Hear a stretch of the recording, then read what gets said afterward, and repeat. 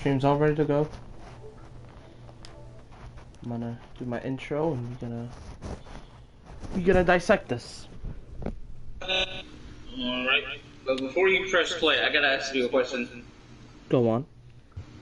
Are you turtly enough for the Turtle Club?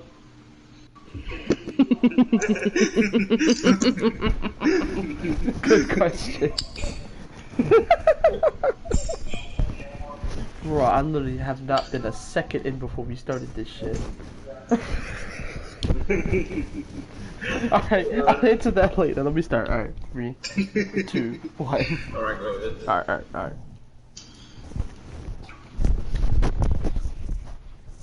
We had a very interesting night last night. A very fun night last night. Last night was the first AEW non-fan show with 25% capacity in Florida. This is the first Double or Nothing that has not been in Las Vegas. And welcome to the Flyin Brian podcast. Hello everyone, it is your boy Brian for the Flyin Brian podcast. I'm here with other Brian. Say hello. What's up? And today we're going to be dissecting and breaking down AEW Double or Nothing. Now this is, I want to say like my 5th AEW pay-per-view. This is Brian, I believe, 2nd time. So he's going different style. And if you notice a match in the background, I just have a background, so don't even mind like the AIs. They're just doing a match. A bunch of AEW guys doing it. Just fuck it. But today we're gonna be breaking down Double or Nothing, and it's going to be an interesting one because this is the first AEW review I've done with other Brian. I've done it with my other friend before.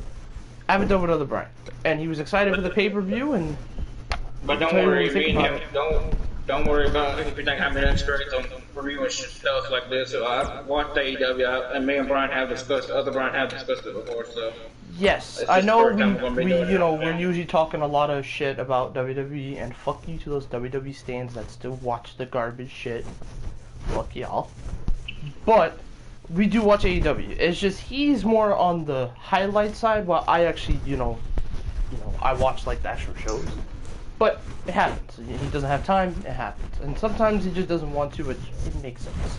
Which, funny enough, Wednesday, Jericho continuing with the funny segments. You know when you used to have a high school, you used to have a sports thing, like a sports event or whatever it's called. Yeah. He's having a damn prep rally for the Inner Circle. That's basically what I'm trying to get at here. Oh, I fucking love Jericho. Alright, so I'm gonna start the CPU match, and we're gonna get to Double or Nothing. So I'll quickly run through the buy-in. Other Brian didn't watch the buy-in, and he didn't miss anything too special. Only thing I missed was the best friend buying in for the against Private Party. Yeah, that's it. That's all he missed. He didn't miss anything. I think it's actually the worst match, honestly. But the buy-in technique doesn't count as a pay-per-view, technically. It's just a match. But it was important because it is the #1 contendership to see who will fight Kenny Omega and Hangman Page for the tag titles. It's basically the AEW's version of the pre-show. Basically. And basically what happened was, nothing crazy, just, great spots from Private Party, They're basically, if you want to talk WWE standards, they're like the rated R version of, like, Street Profits. But they're nowhere near the Street Profits, because they have a different tone. I know what Private Party is. I've watched them before. Yeah. But that's for the viewers who don't watch AEW. But it's like a Street Profits, but much more rated R. They actually talk about alcohol. I was more surprised about the best friend because I've heard of them before, but I haven't seen too much of the best friends and know a whole bunch of them. Yeah, best friends is Orange Cassidy, Trent, and Chuck from basically they're like a little squad, I should say. And of course, the funniest one is Orange Cassidy, which we won't get to because our first match was the actual ladder match, actually. This ladder match was important because the winner who wins the poker chip can cash in their opportunity to fight John Moxley or Brody Lee, which you already know the result. Will fight at whenever the next pay-per-view happens. So, big implications. So, I guess I'll run through the competitors that were in the ladder match. There was a total of 9 competitors. Yeah, I've never heard of a 9-man ladder match. It's a weird number, too. And the way they set it up, too, I love the way they had that going. Yeah, I'll talk about the set real quick. What they had to work with, they did the best they could, and they had some really cool props that would have looked amazing in Vegas and the MGM brand. But I'm definitely not mad at the set. The set is really nice. They had like these poker chips. They had the cards with like John Moxley's face on them. Not gonna lie, I didn't notice that they were supposed to be John Moxley until JR said something about it. Yeah, because like the art. Don't get me wrong, like the artist did very well on the John Moxley, but like it was like a cartoon of Moxley, so you couldn't really tell it was John Moxley. Could have been someone else. So, but yeah, definitely was a very nice picture. I don't know who made it. I think I can look. But very nice stuff there, and also they had like a blackjack table, they had like some gaming tables, and it was like a casino. They even had like slot machines. They had like slot machines. And those poker chips that they had, it seems like a lot of people go out and use those. Which we'll explain when we break down later on matches. This was used once in the match, but with the first one. So let me go to the competitors real quick. I have it right here. Okay, here it is. So we have Orange Cassidy, Joey Janela, Luchasaurus, Scorpio Sky, Frank Kazarian, Kip Sabian, Darby Allin, Colt Cabana, and a mystery opponent. Now, quick thing. If y'all remember, the Joey Janela replacement was supposed to be Phoenix. Phoenix unfortunately had an injury due to, I believe he had a match or something, he just had injuries, could not make it. So Joey Janela took the spot. And I believe that's the only replacement. Yeah, it's the only replacement. Everyone else, same thing. So the first one to come out was SCU. They're both in the match, representing SCU. Only Christopher Daniels in the match. Frank Kazarian and Scorpio Sky, representing SCU. They started the match off. And, let me explain the rules of the Casino Battle Royale. So, if you do not watch the Casino Battle Royales that they have every year, it's basically a timed ladder match. Every time, 2 people will start in the match, and then every, I think, 2 minutes, I believe, a new competitor comes in. And it will work the same until all competitors have entered. So it's casino style. It's random. And also all the entrants are random. They're not, But the thing is about the Casino Battle Royale, they can win the match before anybody else. The first 2 men, one of them could have won the match before anybody comes out. Yeah, that's basically the random factor. They didn't have to wait for everyone. They can legitimately just try to win the match, and the match will be over. But of course, keep the shock value. They have to get all the men out there and just make it fucking crazy, man. So I feel like in the future, somebody's going to end up very quick.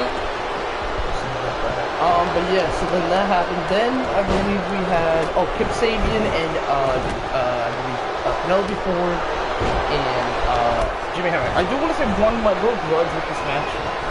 Way too many interference. There was way too much interference. Now it started out with Havoc and Kip Sabian started the match. The funny thing about it, it seems like Kip Sabian had the most fucking people interfering for him. Yeah, seriously, he had Havoc, Penelope Ford. Like, what the hell? I expect a couple more people to jump in before the end of the match. Yeah, exactly. It took like half the match before the Best Friends helped out Cassidy. So, which we'll get to Cassidy. There's some quite funny stuff with Cassidy. Then I believe Jimmy Havoc, he just disappeared, and I know he got taken out, and then he came back throughout the match to help out Sabian. It didn't work out in the long run, but I felt like there was way too much interference. So Kip Sabian then comes out. Then I believe Darby Allin came out. Hot fire. Dude was diving. Dude was going crazy. And then I think one of the spots of the night. So Darby is setting up this ladder. I don't remember who was on it. I think it was Sabian, if I recall. Was on the ladder. Beat up, beat to hell. Darby Allin, the savage that he is ready to put this man through a ladder. And we were like, we know where this goes. Darby Allin is a daredevil who will take any crazy bump. He's that crazy. So Darby climbs up to the ladder, pulls out his skateboard, and tried to do the skateboard stop through the ladder, but completely whiffed it as Sabian got out the way and landed hard on his leg. I legit thought he broke it. For real. Now, we haven't heard an injury update on that because well, he obviously didn't break. It didn't break, but I think probably Darby Allin probably put a statement out on it. Jesus Christ, he was what the game was. And Darby Allin was out for most of the match after that spot. You see, that's the thing that we love about Darby. He's a daredevil. But Jesus Christ, be careful. Good Lord. Then that happened. Then another 2 minutes went by. Did Cassidy come out next? Yeah, I believe so. It was Orange Cassidy, which, okay, I'm gonna let other Brian explain this one. Go ahead. I just love how he fucking came to the ring and he did start heading towards the ring even though he only had 2 minutes before the next people came up. He decided to go over to the announcer table and ask the announcer how he win this match. And they had legit explain it to him, and then once he finally did get in the ring, the motherfucker didn't know how to set up the ladder. He tried to fucking step on the ladder just to jump and grab it. He done everything. That was fucking... You know, it was absolutely hilarious. And as long as 2 minutes are going down, he's taking so long, he's so lazy that like he's like, how do I win this match again? He's like, you have to come out. He's like, like that? And the reaction on his face just he says it all. Pissed off about it. Like, why am I even in here? Fucking for real. And then when these fucking people started trying to attack him, and he was fucking avoiding all of them with fucking ease, like, for real, here. Like, when he did that, I was like, oh, that's hilarious. And then like when he got in the ring, he had the ladder sideways, like how you shouldn't have it. He's like, I'm just gonna try to reach up. Could not reach the ceiling. So funny. Oh, okay. I knew he wasn't gonna win this match, but if he would have won that match from just doing that, that would have been hilarious. But he was my wild card going into this, so why not? Why not have Moxley versus Cassidy? It could be hilarious. Anyway, then I believe it was Joey Janela who came out. Joey Janela was the last minute. No, I don't think Joey Janela came out next. I think it wasn't a Colt Cabana. Oh yeah, no, it was Colt Cabana. My bad, I'm getting my numbers mixed up. Sorry. Yeah, Colt Cabana came out. Colt Cabana came out, hot fire. You know, just basically beating up everybody, going left and right, left and right, left and right. You know, doing the usual stick. But when he first got in the ring with fucking Orange Cassidy, that was hilarious. That was he was like, you need help, my guy. You need help, my guy. and then Colt's like, nah, fuck it. And he just attacks him. You know, the way him and Cassidy, bro. Oh my god, so fucking funny. Hilarious, bro. Oh my god. Him and Cassidy, like, great chemistry. Then they did that. Then I think it was Janela. Yeah, this was Janela. So then Janela came in. That was a quick fucking fire fucking spot. Dude, came in through the stage, ran in like a madman, fucking did a I forgot what they call it, like the senton dive to like 3 people on the other side. It's basically a version of like fucking KO's cannonball. I forgot what they call it, but basically just did a senton dive on everybody. I'm pretty sure they would just call it cannonball. I believe it's a cannonball dive. But basically did a cannonball dive to everyone on I think it was the right or left side. They were just he was so fucking fast, I couldn't see what the hell was going on there. He literally almost overshot the thing too. He was running so fast. Almost overshot. But he got it. It connected. He got it. And then, you know, Janela started doing this classic thing, you know, getting hurt and beating up. Then he flew, almost got to say. After that, then he does the classic drop kick spot where he flies into the crowd with like the fake crowd where it flies over and takes out someone. I think it was, Savior. Took him out. Then this is number 8, right? Yeah, Luchasaurus. Dude, like, I have some things about to say about Luchasaurus when the next entry comes out, but Luchasaurus was always amazing to watch. Super athletic. Dude's doing athletic kicks, you know, throwing people around.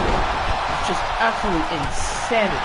By the way, Darby Allin did get back in this match once before this, but then got taken out of the match. Just out again. Second time for Darby. Fucking Luchasaurus was going on choking almost every fucking. He was choking, slamming everybody. Everybody who stepped in. Oh, the funny one was with I think it was with Cassidy, I think. I think that was towards the end of He tried to choke Slim Luchasaurus. He tried to choke Slim Luchasaurus.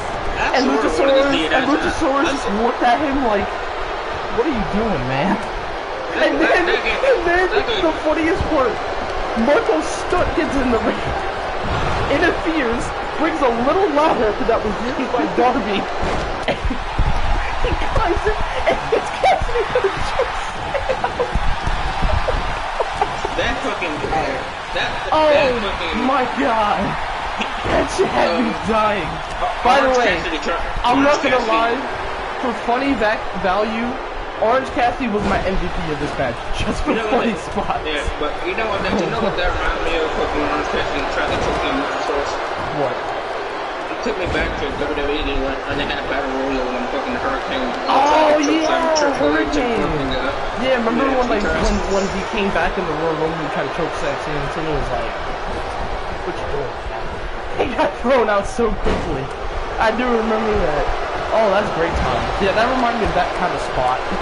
Well, I remember on SmackDown when he tried, when they were doing the World Title match, I think Great Khali won that title, when that's when Great Khali won it, he tried to choke slam Triple H and fucking, I think, they fucking yeeted his ass out. They yeeted him, bro.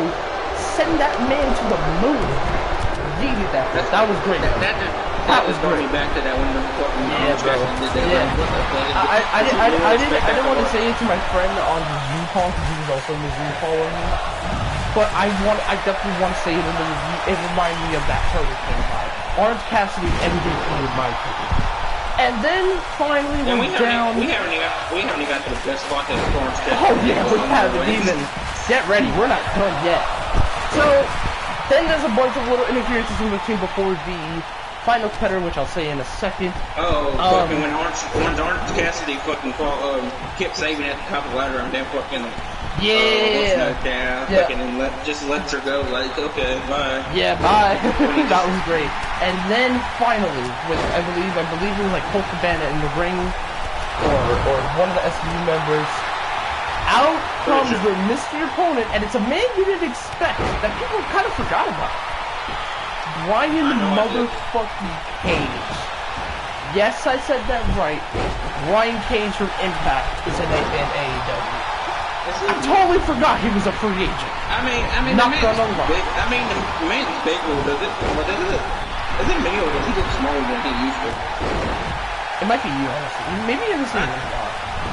He looks just as big as I remember. He seems. I seem to remember him being a lot bigger than he was right now. Maybe because of the size of Luchasaurus, maybe? Because Luchasaurus is pretty tall, too. I mean, he ain't so small by no means, but I'm pretty sure he's also. Okay, well, we're talking from that sense. Yeah, but he's definitely slimmed up. He's still shredded as fuck. Shredded. I'm pretty sure he is. And then you were like, is it just Brian Cage? No, apparently his manager is Taz. I think he's a perfect manager, Brian Cage. We'll see where this thing goes with Taz, but I'm intrigued. So then what does he do? He literally destroys everyone. So he gets in the ring, it's a very ring, just throwing hands, just tossing people. He does an F5 plus 1,000 to Darby Allin that looked brutal. Oh my god, that's brutal. I'm pretty sure Darby Allin fucking had one back in time on that fucking shit. Good lord. Like, he went flying. Dude was flying to the depths of hell. I swear he threw him in there. He was in fucking Darby Allin stayed in there for a good 20 seconds. For real, bro. Just absolutely tossed. It was crazy. So then he does that. So then I don't think Darby Allin came back after that, did he? He came out like once for that ladder spot, but that comes a little bit. Oh yeah, when they were all pulled up on the yeah. But yeah, so then Brian Cage goes off. I think he even beat up like Colt Cabana, sent him flying. But then finally, so all the men finally hop back in the ring. They were like, yo, we need to stop this monster. They just gang up on him. Beat the hell out of him, beat the shit out of him, kick him to the outside, put him in the barricade, and then everybody thought they had to stop the monster. Then fucking Brian Cage started trying to climb the ladder. Yeah, he started climbing the ladder, and then everyone's like, no, we gotta stop this man. So he just basically beat the shit out of him. And then everybody besides one person thought they needed to stop him. Right. So now this is where I begin my, I call it poker chip use count. This is the first time. put a number 1 on the counter. So, to beat the hell out of them, I think they like stacked a bunch of ladders. Like, I think a barricade was, a guardrail was used to put them up. And then the final piece of the puzzle, a fucking poker chip. So Cassidy, and I think someone else, came in and just dropped the poker chip on Brian Cage. Solidified, he's done. So then that goes by. Then we get even more interference from, I think it was Best Friends. There was someone else. Like, there was tons of interference. There's so many interference, it's hard to catch up. So, lots of interference. And then I think, what else happened with that? There's a couple other spots. Is there something else that happened that I really liked before that? I think they did like a bunch of line moves. I know before they buried him. I know that you're going back a bit, but I still find it fucking funny how Orange Cassidy rolled them up the ladder. Yo, for real. So then that happened. Then finally, the monster arose. Darby Allin is climbing, getting ready to climb. Brian Cage is like, just bashes everything. But then this is the scary spot. One of the other scary spots. So, and by the way, I give credit to Brian Cage. So Brian Cage is setting up this ladder-like bridge to throw Darby somewhere. I don't know where. But then the ladder actually tips over. But the safest man, and I give Brian Cage a lot of credit. He re-picks the ladder. He drops Darby. He re-picks the ladder up. And then puts Darby out. That is smart wrestling. Shut up, Brian Cage. And actually, I honestly think fucking Brian Cage saved Darby Allin because that would have probably hurt fucking Darby if he actually felt like that. That's why he was safe to buy. That's why I give credit to Brian Cage for saving the ladder. Then he repositioned it. Then he does the spot, lifts him up, and absolutely tosses him into a ladder that's already been set up on the outside. Boom! Darby hits hard. And Darby is done for. Darby is done for. Darby fucking I'm pretty sure he hit that fucking other way. He hit that hard. So Darby's winning. And then Brian Cage goes on the rampage. And then my favorite matchup of this match. The big boys squaring off. Luchasaurus and Brian Cage. Oh my god. This thing was amazing. So basically, they're both looking at each other like, holy shit, we're about to face off. So then they start throwing hands. Then the Luchasaurus pulls his athletic kicks and hands. Showing that athleticism. Great ass combos, man. Great combos. But then Cage said, I'm even more athletic. Shows his combos. And they're just power moves. That goes on for about 3 or 4 minutes. 3 or 4 minutes, and then Cage finally puts him down. I forgot what move he put him down. Finally put him down. Oh, the drill claw hit the wall. Finally put him down with the drill claw. He's done for it. So then there's really no one else in the ring, and what do you think happened? Brian Cage loses. So Brian Cage finds the ladder. I knew that ladder was gonna hold him. Grabs the poker chip, and Brian Cage officially is the #1 contender for the AEW World Championship. He will fight the Moxley Brody. At least he actually grabbed the fucking shit on like fucking Money Bank after this year and Otis just fucking. Yeah, no, he actually straight up grabbed it. Like, he just put it on the hook, pulled it off the hook. And by the way, I do like the idea of like a poker chip kind of briefcase. It had a handle and everything. Yeah. So Brian Cage wins, Taz comes out, just, shows dominance, and Brian Cage, the mystery man, wins the thing. My pick was actually Darby Allin to win this, but I also said the mystery opponent, whoever it was. I had a sort of a dark horse to win that match. You had who?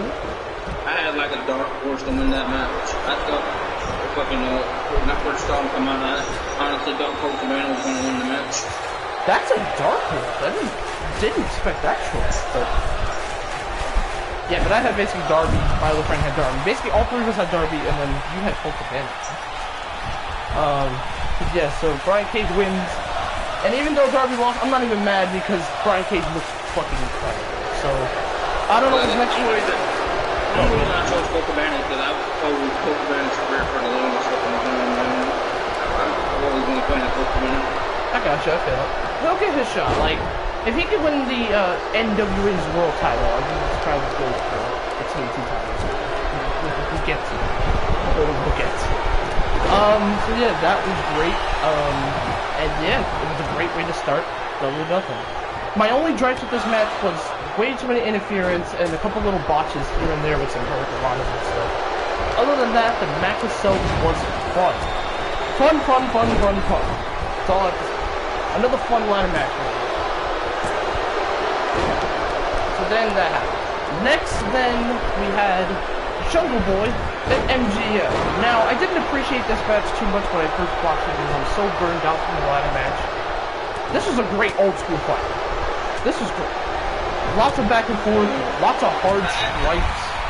I'll tell you, I honestly didn't know how I felt about this match. I ain't gonna spoil the end this yet, but I went back and watched it. Let's just say I'm not a big fan of how that match ended. Let's just say it that way. Not a big fan of MJF. I'm a fan of MJF, I'm just not happy how he won that match. Well, he's a heel. What do you expect? He didn't do nothing really heelish. I just don't like the way he won that match. Gotcha. I don't know what it was about that way he covered him. I just triggered me on something really on there. So yeah, so the match itself was hard hitting, brutal, very old school type match. It was like started off nice with like nice wrestling holds and nice wrestling holds, nice strikes, like chops. Like it started like really like a classic wrestling. It didn't like get too high flying. It started classic fight. That was great. And then I fucking laughed when they were both standing on their heads and MJF slapped Jungle Boy, but then Jungle Boy just fucking oh yeah, he got fucking for real. I remember that. Yeah, that was great. But yes, then that basically happened, and more heel stick for MJF. But then this is probably one of my favorite parts of it. So Jungle Boy beating the hell. Same with MJF, still somehow fighting. They go into an epic chop battle that literally was amazing. So Jungle Boy starts with a chop. MJF is like, you gotta hit me hard. Then MJF hits a chop. They go back and forth, the chop. And then MJF, the slightest heel that he is, chops him on the shoulder flex, I think it was, with the shoulder. And then Jungle Boy goes in. So then MJF is ready to set up for the Salt in the World, I think. It was like Salty in the World, something like that. It's basically his future armbar, basically. His armor.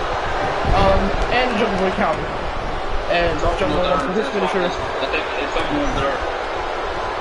I was like, yeah, Salt in my armor. So he rolls up, does that, and then here's the finish that Brian was kind of said. So Jungle Boy sets up, he hits it with a roll up, got the tight 1, 2 count, and MJF gets out. MJF goes for another roll up, 1, 2, couldn't get it. Then Jungle Boy follows up again, 1, 2, another count, and then finally MJF grabs like the front of like his body to control, and he gets the 1, 2, 3, and MJF rolls out of the ring and picks up the victory. MJF victory, his first pay-per-view match, I want to say, since Revolution. So yeah. And the reason I don't like that match in is because, in my opinion, there's way fucking the roll-up used to be a fucking surprise. It seems like more and more matches every year fucking end in roll-up, and it's just got on my nerves. Like, it seems like on every pay-per-view or every show you're gonna see at least one surprise roll-up, no matter what, in the match, and I hate that fact. Like, do you want to see a fucking surprise roll-up every show you see? If WWE does it, no. I don't want to see it, period. It's supposed to be a surprise. You ain't supposed to be expecting it on every damn show. Well, most times when roll-up happens is, like, to keep the flow of the match going. So, there's like a roll-up by I just don't think they should end the matches. It's like the most fucking dangerous shit in the fucking world. I don't know, maybe it's just me. Maybe it's just you, because I don't see it that way, but I get where you're coming from. Like, there's definitely a lot to do of roll-up these days. It's been, most times it's used to, like, keep the match of the flow going, and there's, like, a heel move or something, like, they'll, like, do a roll-up, but then the guy will kick out or whatever. and then it would just continue, then he'll probably hit a finisher and stuff like that, which is fine because it's not the actual finish. It's just to keep the match flowing nice. So, and I see what you mean by that, definitely. So, I can definitely agree with that in that side of the standard point. I can agree with that. But nonetheless, even though, you know, the finish happened, the match itself, top quality. Yeah, I told you all the matches last night. I didn't have no problem. There was no problem with like there was one little weird match, but it was kind of just like a joke match. I was not watching any of the matches last night. All of them I got entertainment out of. I had entertainment for hours. Exactly. So yeah, that's all about it. Still, yeah, great stuff. Well, I just have little nitpicks on these kind of things. No, I don't blame you. And as a wrestling fan, and as a wrestling fan, you should have nitpicks. You should have nitpicks. Every wrestling fan at least has one nitpick that's like, wow, that could have been done a little better. I don't care. Even if it's a 5-star match out there, there's still going to be something wrong with the match. There's still going to be something wrong. There's no perfect thing in the world. No perfect match in the world. There's like no perfect thing in the world. So, but yeah, but definitely still, this is, I think like wrestling match classic wise, this is like one of the better like match type matches. Because most of the matches are either like DQ matches or like just normal brawls. Yeah, see, usually bad finishes change the whole match, but really I'm okay with fucking MJF winning the match. I'm not saying it's a terrible match by any means. I just ain't a fan of the rules. You have something to say. Coming up soon. You'll see. Oh. We'll get to that. Yeah, so basically, literally, I have no problems with the finish. I have no problems with MJF winning. Because like MJF, one of the best heroes in the business. So MJF getting W is a W for me. So yeah, but, we have to get going. One part. So I believe next we have Statlander next. I believe. This was a solid match. I believe this is other Brian's like second time seeing like multi-core. This was a decent match. This showed the potential in Penelope Ford. I've seen a lot of her matches on Dark. It's just pretty good. So like the woman is very pretty. She's very good in the ring. She's not like like a Lana or something like that. No, she's got some moves. She's got I don't really know too bad about Lana. She doesn't have that much of a chance to wrestle, but from what I've seen from her few matches Lana did have, she was improving. She was improving, but I mean, if we're talking early Lana. Lana is nothing like the fucking Eva Marie or something. Okay, well, yeah. Well, Marie's a pure horror show. So, but I would say definitely. I'm happy as long as I see a person improve in the ring. I get mad when I see match after match after match with no fucking improvement whatsoever. Exactly, and I will also say I know some gimmicks don't work in wrestling, but I feel like this alien gimmick for Statlander has somehow worked. I don't know how. It's just something about it works. I don't know what it is, but it's something that's so different and unique. It kind of works. The same reason the Yes gimmick worked for Daniel Bryan. The wrestling world just a strange place. Right. Where random shit will just fucking get over like it's nothing. Yeah, exactly. For real. And that's why, like, the therapy stuff with Kane was. And the same thing goes for Santino Marella. The same reason he got over. Yeah, exactly. He got over like hell with Cobra and all the shirts were selling, and he got over. This shit's been going on for years already. Mankind, Dude World, Jack the Dead. We told them to get all of them over fucking Zack. Yeah, literally, without one of like Mick Foley's greatest accomplishments of like four faces of Foley. I don't know if we'll probably still get unique, like, gimmicks, but, unique gimmicks that are, like, really special.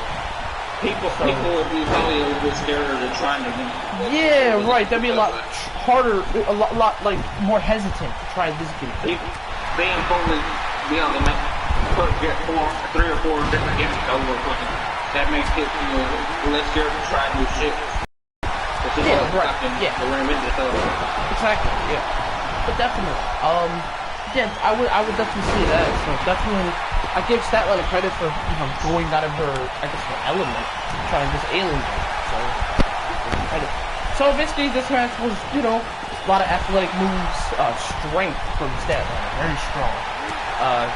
Strength, showing her, and Penelope Ford showing her athleticism. And for Penelope Ford and Statlander don't have about a day to fucking get the match. Yeah, they only had a day.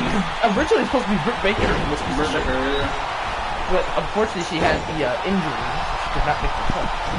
So Statlander had to step in. They only had a day to make this up. They surprised us. They made it up on the fly. Very well.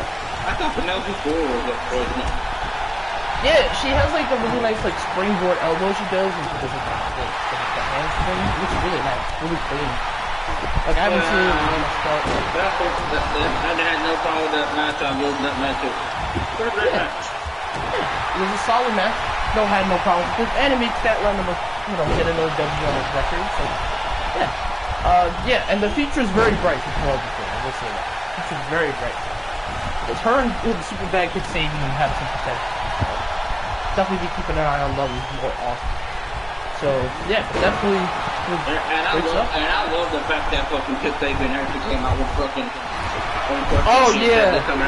Yeah, it's not just Penelope Ford. It's actually like the actual couple. Oh yeah, the way he came out with like the cast. I love that because he's actually selling. He's actually selling it. Yeah.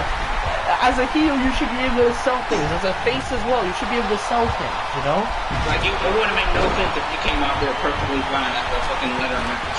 See, that's why I hate WWE when they do, like, the Money in the Bank stuff.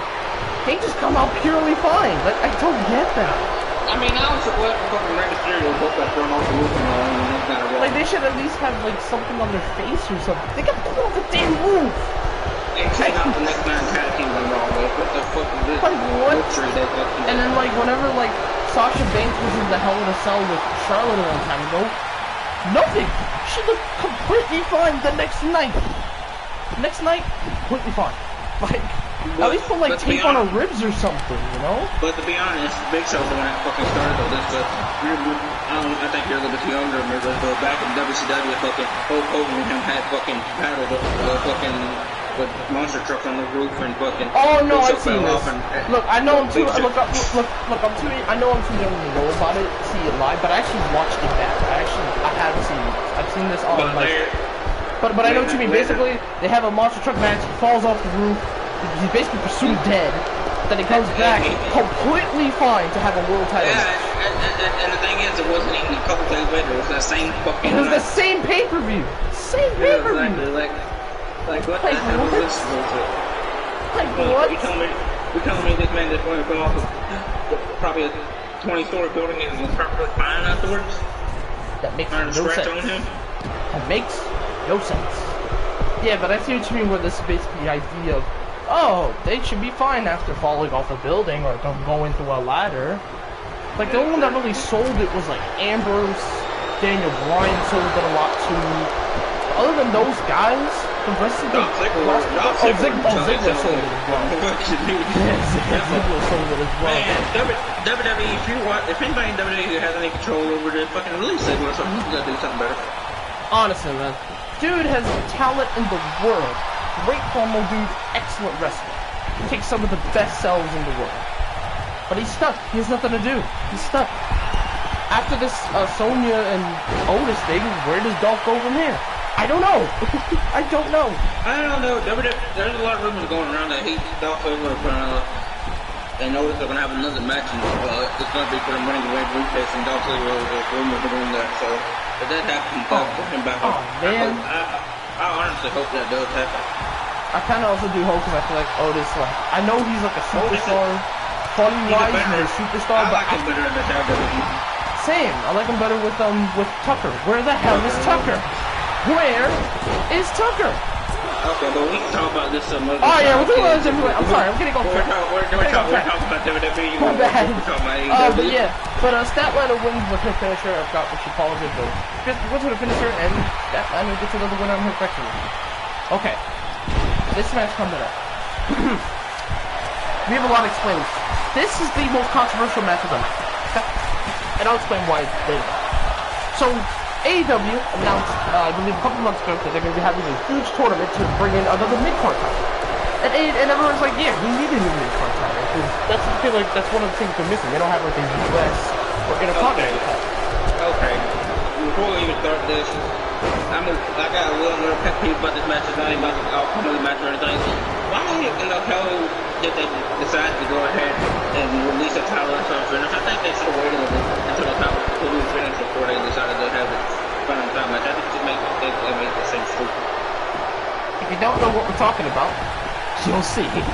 But let me explain. So basically, they announced before this pandemic that they were going to have a big tournament for the mid card. Because mid card, I definitely feel like the mid card guys don't have really a title, like a US or Intercontinental title or a television title. Yeah, so AEW really didn't want to have a mid card title for long.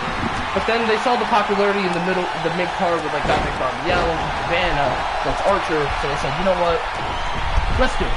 So they did a mid card title, and one of the episodes of Dark, they announced the card, the first two matches, and it was Darby Allin and Sammy Guevara, and Cody and Shawn Spears 2, which those two matches were too long. What match were we on fucking? The TNT Championship. We're already dead. I thought we skipped. Oh no! I thought we skipped the fucking Shawn Spears versus. No, that comes later. That comes later. That comes a little later, before the double main event, because the women's match was the third and final match. And then we have this Stampede.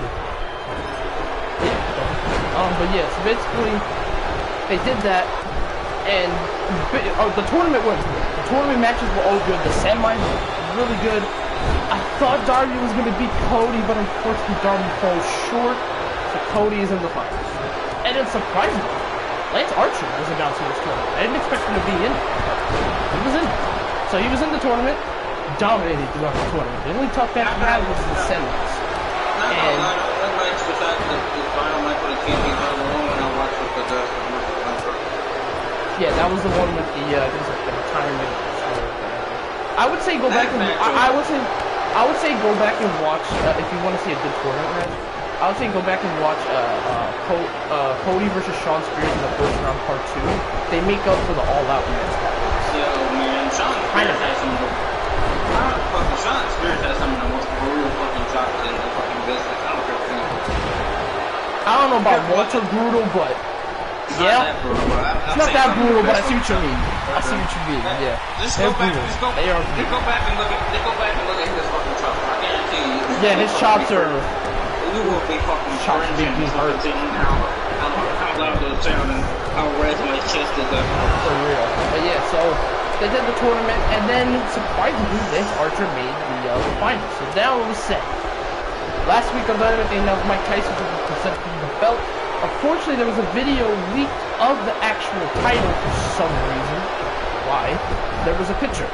And they kind of ruined the surprise a little bit. They showed, I think, a picture of Tyson with the belt kind of not complete. And we were like, wait, is that the actual championship?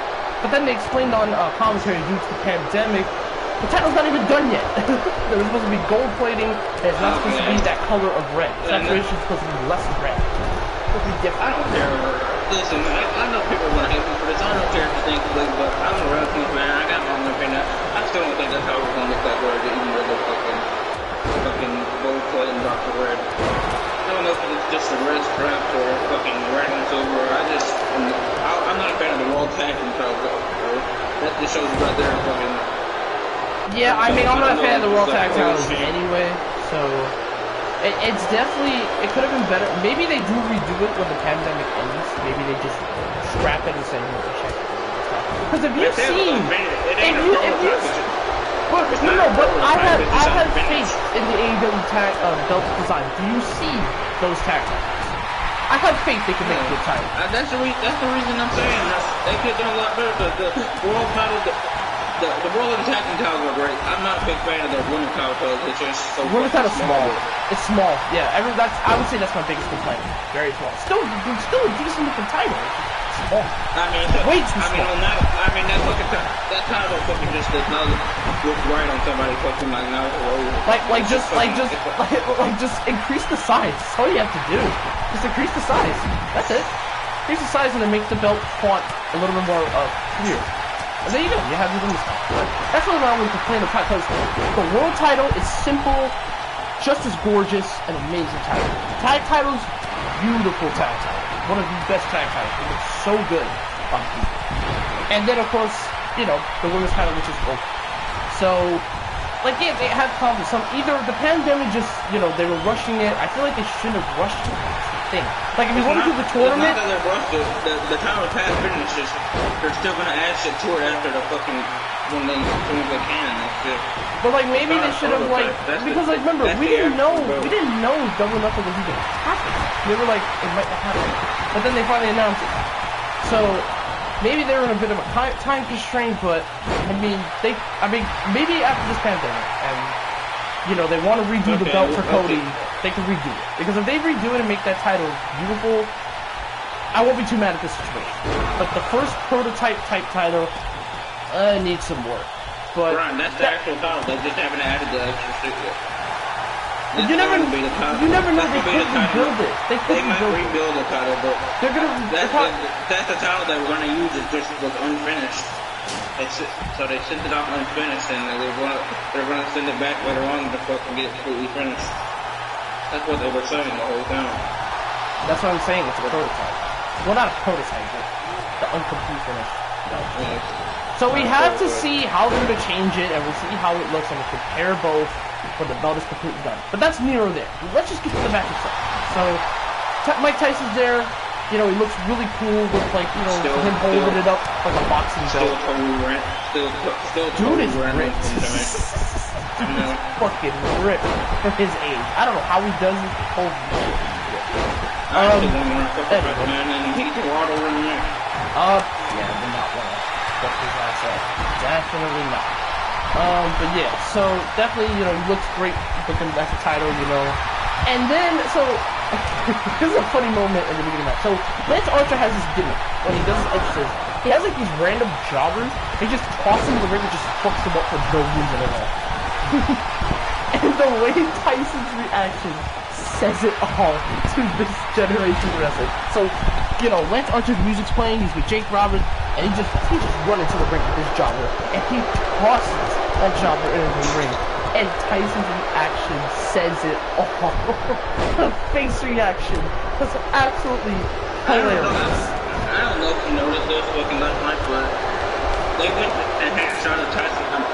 Mike Tyson won at one point like that, and it was only like a 2 or 3 second shot.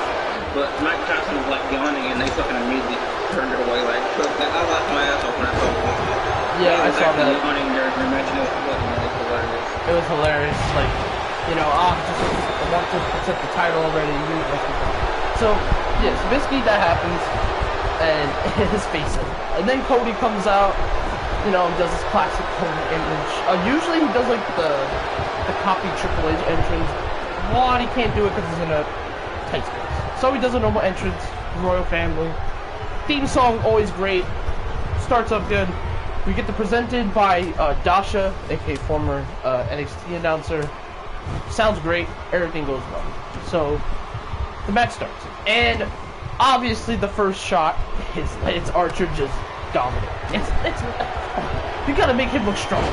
So I thought he got Max already over when he hit that fucking move. For real, I thought they jobbed out Cody in minutes. He actually hit his finisher. It's like, oh, it's over. That's over. 1, 2, and he kicked out. I was like, oh Jesus.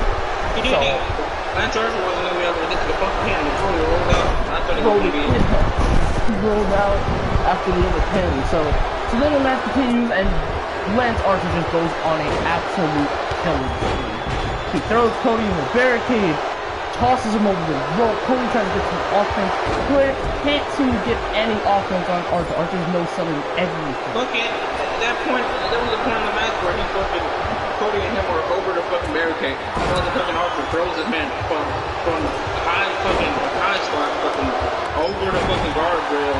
Yeah, over the guardrail. And he almost hits the fucking ring. Like, yeah. I thought he was gonna hit the side of the fucking turnbuckle for it. Like, what the hell for real. is this? Yeah, and then there's a really cool spot that's why I make Lance Archer look so dominant. So there's a camera, a random camera, for some reason. It's a random camera on one of the posts in the ring. And Cody's about to, ready to hit Lance and probably try to get back in this match. But Lance shuts it down easily. So then he presses him up like if he's a fucking monster. And he hoists Cody over the ring post to the floor and just gives this ominous look into the camera of death. You don't want to fuck with this look. That shot was so cool looking when I saw it. I was like, that's a really cool shot. Okay, now. And wait, before we get to... Okay, give me a second. So, he did the reversal, and then basically, so then Cody started getting his comeback. Started to get his shit in. He does the classic Dustin stick, he does the bionic elbow. Everything's going well. Then Cody finally starts doing his dives, which, by the way, I will say Cody's dives have been much better. So, shout out Cody. His dives look a lot better. So, Lance is taking all this punishment. He's still somehow kicking out of one of Cody's moves. Kicks out of one.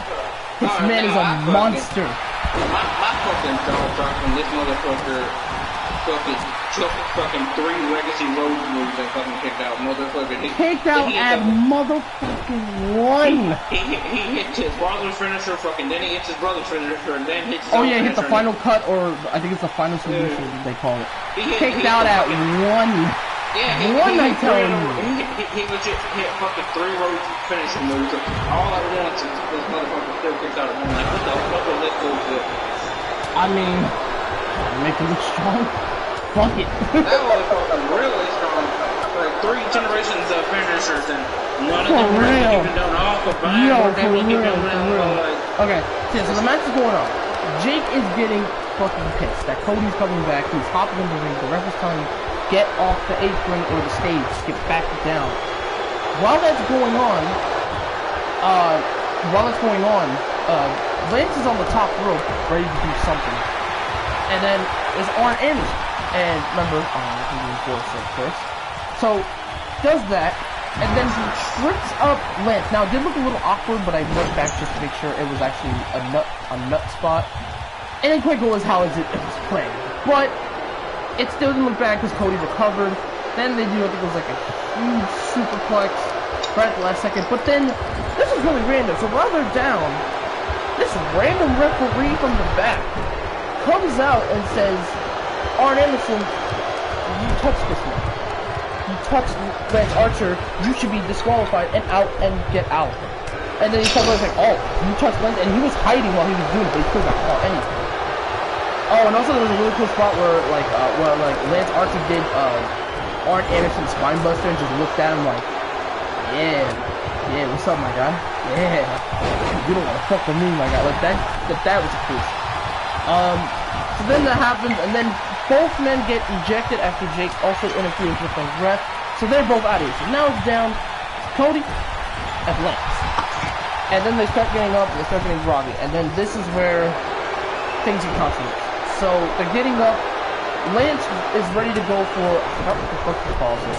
He's ready to go for that move that he basically spikes his thing and just spikes his opponent. Like cross arms like that. He tries to go for it.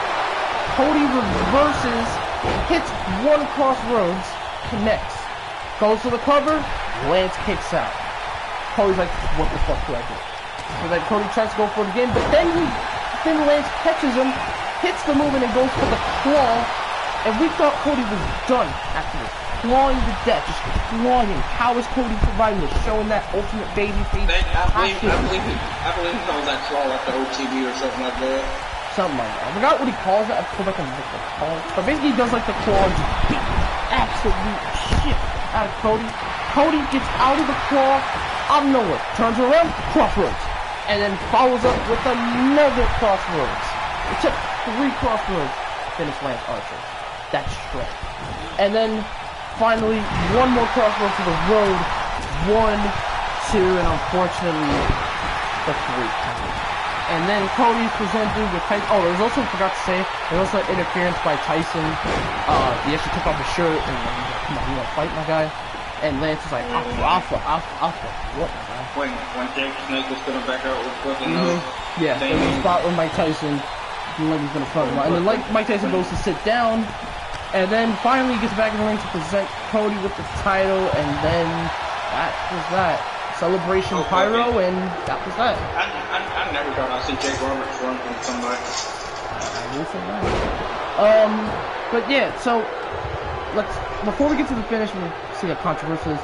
We'll talk about the match itself. The match itself, again, another quality match. This was great. The story was there of just Lance beating the hell out of Cody, somehow surviving. It makes total sense. The story's there, the match is there, and you know, they didn't do too many interferences with like the legend. That's the problem I had with Shawn Spears. Way too many legend interferences. But with this one, it worked. It was a great match, and Cody looked like the ultimate survivor. However, I will say, there's something really fishy that Cody booked himself to win the tournament. Look, there's something fishy about that. You know, so now am I mad that Cody won? I don't mind Cody. I really don't. I love his passion, his promos. I love his face turn. Everything's going well for him. I hope, you know, and I had a feeling he would win at least one title at some point. He's not going to go titleless, but I didn't expect him to win this tournament. Like I told you last time we watched the show. I guarantee you before it's all said and done, that fucking stipulation on Cody's going to be dropped by somehow. Somebody's going to want to fight him or something.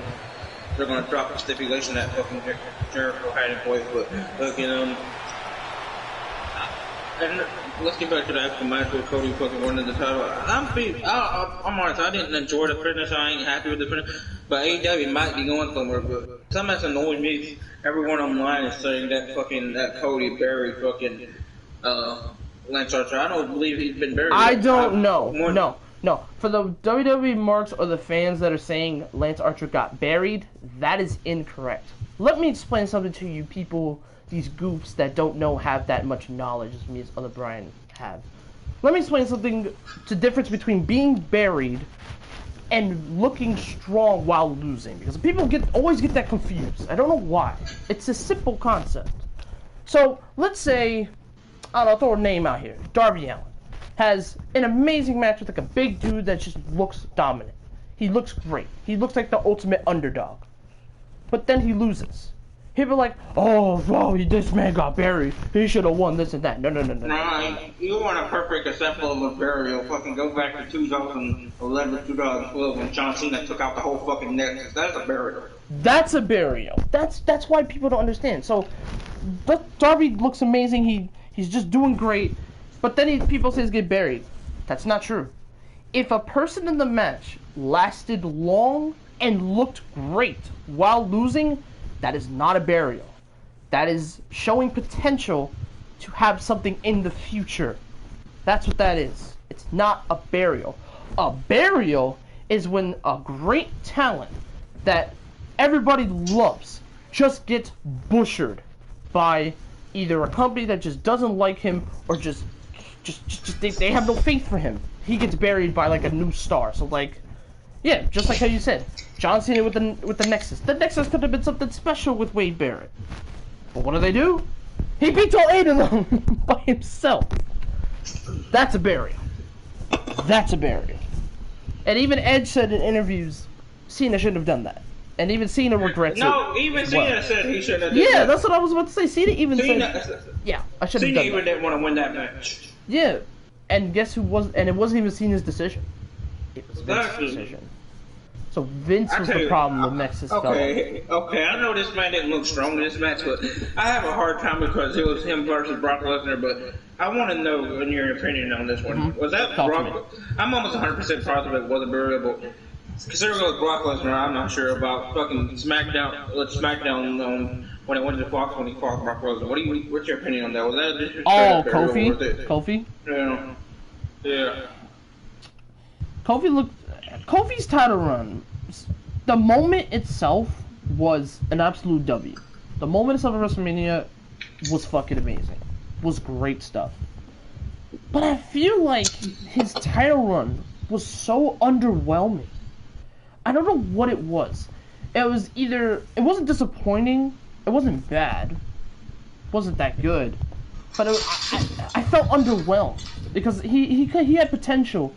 He had, like, great promos with, like, Randy Orton and stuff. And I was like... The match at SummerSlam was underwhelming. I couldn't get behind it. So... When I saw him, he was probably gonna... When he was facing Brock, I'm like, oh, they might give Kofi a couple shots. Maybe a Trouble in Paradise. Maybe a reversal into German. I mean, at least something. Give him something. An SOS. Something. Everyone knew going in that match, Kofi wasn't coming out as WWE champion, I believe. Obviously. But at least give the man something. So he could at least look a little bit decent against Brock. Nope. One F5 catch a midair game. That's over. Okay, okay, let's not talk about this now, but the only thing I pissed me off, we're about to get back to AEW, don't worry about that, but the only thing that pissed me off about that is Kofi the next week on SmackDown acting was just back in the tag. Yeah, he acted like he was in the New Day again. He acted like nothing ever happened. He never went for the title again. He never said nothing about it. Like, how did that was some of the worst fucking storytelling I've ever seen in my life. How do you watch this WWE? I mean, how do you stands of WWE watch this? Look, I know AEW is look. I know AEW is throwing a lot of shots at WWE, and I understand a lot of people don't like that, which I can see that. They definitely throwing shots, in my opinion, that shouldn't have been thrown, but they did it out of fun. So. But if you're getting storylines like that, dude, you need to reassess your situation. Man. And then the weirdest thing about it, Brock gets moved to Raw anyway. So they have to make the Universal title blue. What? What? What? No, it's stupid if they turned it, they changed it red. I get that, but why move the Universal title? It's always been on. You know what the fuck I mean. The point is, Universal title was legit made for Raw. This shit was made for Raw, and I was at that SummerSlam where they presented that title. I was at that match, Seth Rollins versus Demon Finn Balor. I was there. Okay. Yeah. Okay. We need to have a fucking weekly discussion or something on this channel or something, because we're getting way off topic on AEW pay-per-view. Hey. It happens. We just want to show some examples, man. I think if we start getting more viewers and shit, if they want us to, we can start doing a weekly discussion on things that just don't make sense to us or something like that. Yeah, if you guys want, like, either, like, pay-per-view reviews or, like, old segments that, you know, old storylines that you want us to, like, dissect and talk about and think of our opinions, we could totally do that. Definitely. We have the power of YouTube to watch old clips and the power of the network to watch old clips and stuff. Exactly. We can do that. We can do that if y'all want. But let us know feedback in the comments. What do you guys want? So, you know, the channel's still growing. We actually got pretty much a lot of subscribers. We're at like 35 subscribers now for this channel. I have 100 on my other channel, but this one's growing fast. So we're gonna continue putting uploads for you guys. So basically, the example for the Wade Barrett thing says it all. I just wanted to explain, when a guy looks really good in a match and they say it's a burial, and a lot of people think the same thing about Brody Lee. Incorrect. That's the thing about... Incorrect. See, that's another thing that pisses me off about people with burial. Burial doesn't mean it's complete. You can't come back from it. Burial just means you're buried for the time being. You just buried for the time being. Wade Barrett did come back from the burial. He was multiple time in he won the IC title. He was you know, he recovered nicely before he got injured. He recovered. Burial just means you're buried for the time. It doesn't mean you can't bring your way back up. Exactly. It's totally possible. Yeah, it's possible. But yeah, so basically back to the thing. Basically what we're trying to say is, we're not mad that Cody won the title. It's just a little salty because that could have been Lance Archer taking that title with pure dominance. Just saying. But if there was one person that I would want to beat Lance, it'd probably be Cody. But It's like with the tough to say. Now that I said with Lance Archer's power, I want to see him versus Brian fucking Cage in the future. That is what I want. I want like a big man triple threat between Luchasaurus, Brian Cage, and fucking Lance Archer, or 2 singles matches. Cause No, you want a really good fucking powerhouse match. We need a fatal 4. We need fucking. We need Warlow. Yeah, we need my guy Warlow. Yeah, then okay. We need my guy Warlow there. Okay, oh yeah. The monster 4-way. That's not even who I'm talking about. I'm really thinking about him. But then we could have a 5-way. We could have Warlow. Brody Lee. Is Brody Lee kind of a monster? 6-way, Jesus Christ. Alright, Can I finish? Alright. Okay, so you say Brody Lee, Warlow, Lance Archer, Brian Cage, who am I forgetting? Just someone else that's a monster in the company? Luchasaurus. And Jake Hager. That'll be a perfect 6-way match right there. Fucking powerhouse 6-way. Fucking power, yeah. Monster 6-way. Yeah. I'd be down to watch that. I'll be down to watch that. And 2 of the big men in the matches are, and 3 of the men. Bro, this man Lance Archer does moonsaults. I know. That's crazy. None of the men we just said are fucking slacked on fucking athleticism and all. Every one of those men we said still can do fucking shit that they should not be able to do at their fucking size. For real. Especially Lance Archer and fucking Brian Cage. Those 2 should not be able to be that athletic. Hell no. Hell no. Only big man that I think is better than all 6 of those men put together is fucking NXT's Keith Lee. Yeah, I would say that's like the one that equals the most because Keith Lee does fucking corkscrew fucking dives at fucking 200, 300 pounds. Dude, it's crazy. I believe Keith Lee got them all beat, but they're all fucking still athletic fucking big men. For real. But yeah, no, basically, they still made Lance look like $1 million. Like, Lance has a huge future. He's not buried he's just not buried by long shot, I can tell you all that. No, because I think he's going to recover, and he's just going to rack up... Now, if he constantly keeps losing, yeah, that'll bury him. But then that'll bury him, but... One loss is not going to bury him. One loss is not going to hurt him. You know, one loss ain't going to hurt him. So, yeah, Cody Rhodes is definitely going to fucking hurt him. Yeah. But definitely, that match itself was still very good. The story was there. Everything was there. Just, in my opinion, the wrong person won. But that was literally the only nitpick I had about it. Everything else was great. Loved the match. Okay, right. We talked about this match way too long. Okay, yeah. I told you it was going to be controversial. I told you. Alright. Next we had, I believe, Dustin and Shawn Spears. This was a funny match. This is comedy.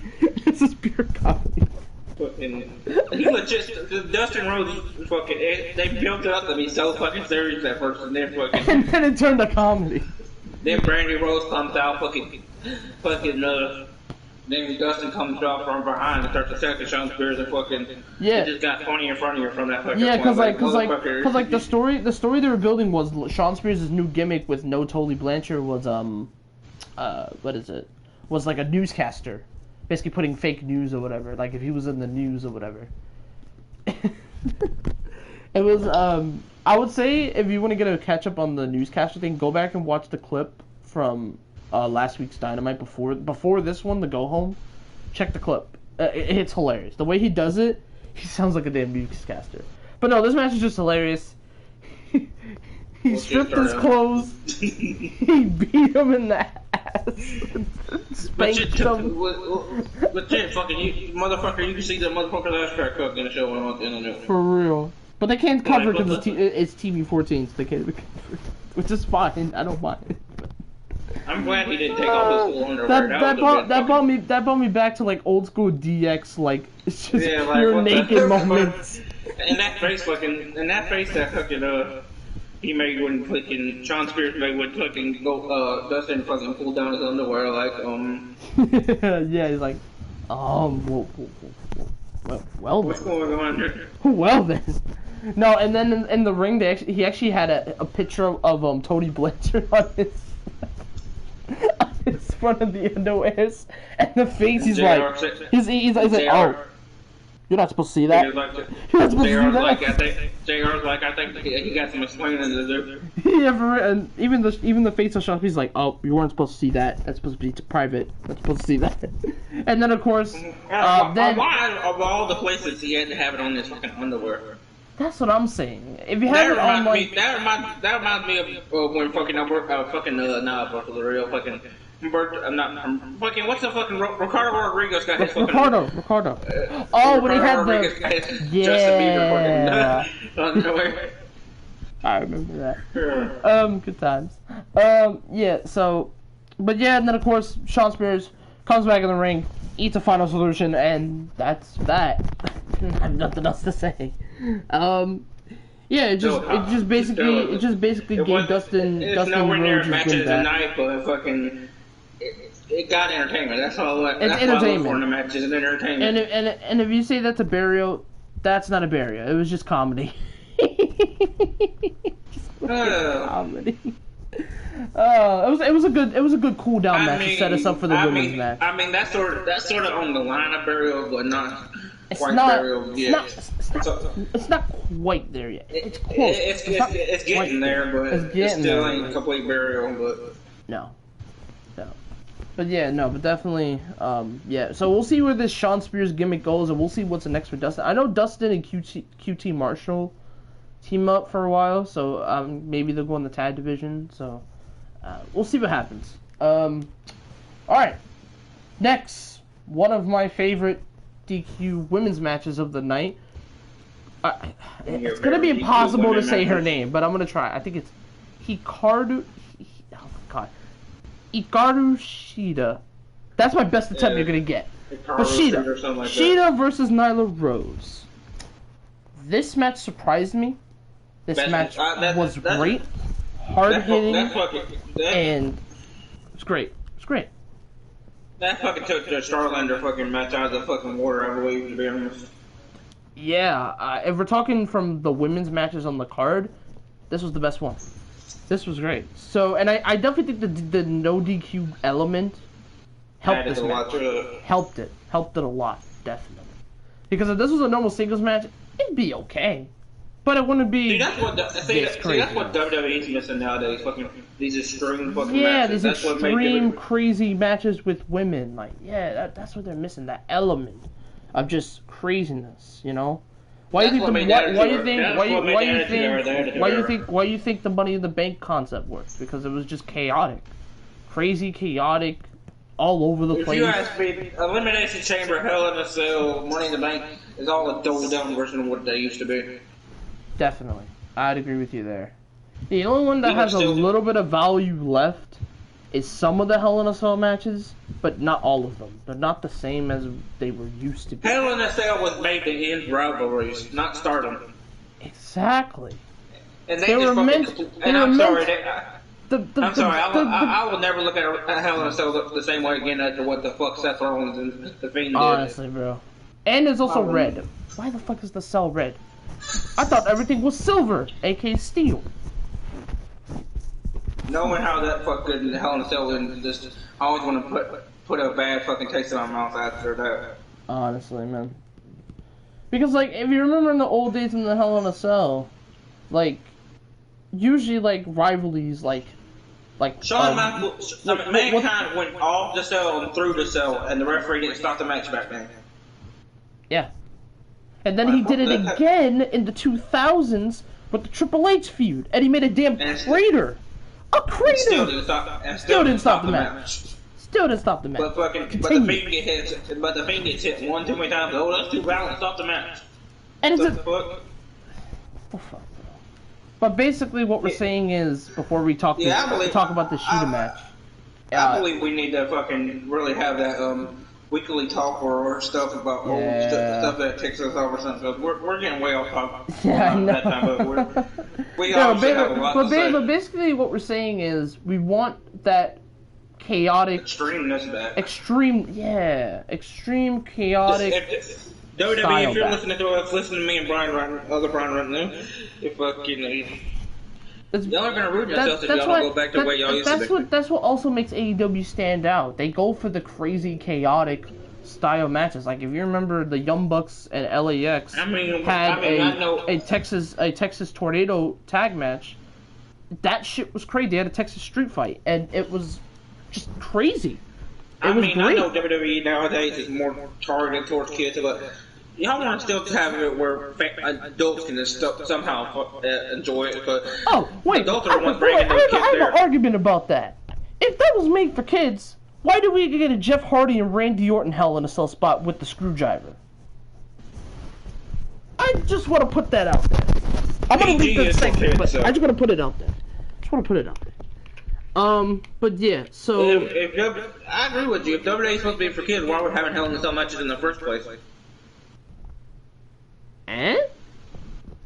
So, yeah, but basically, so this match was great. So they started in the ring, having some cool, lefts and rights. Shida showing her strikes, like her kicking ability and her kicks and stuff. But Nyla was showing her strength and power because she's the beast. So she showed her strength, her athleticism, and everything was going great. So then they start going to the outside, start doing some crazy spots.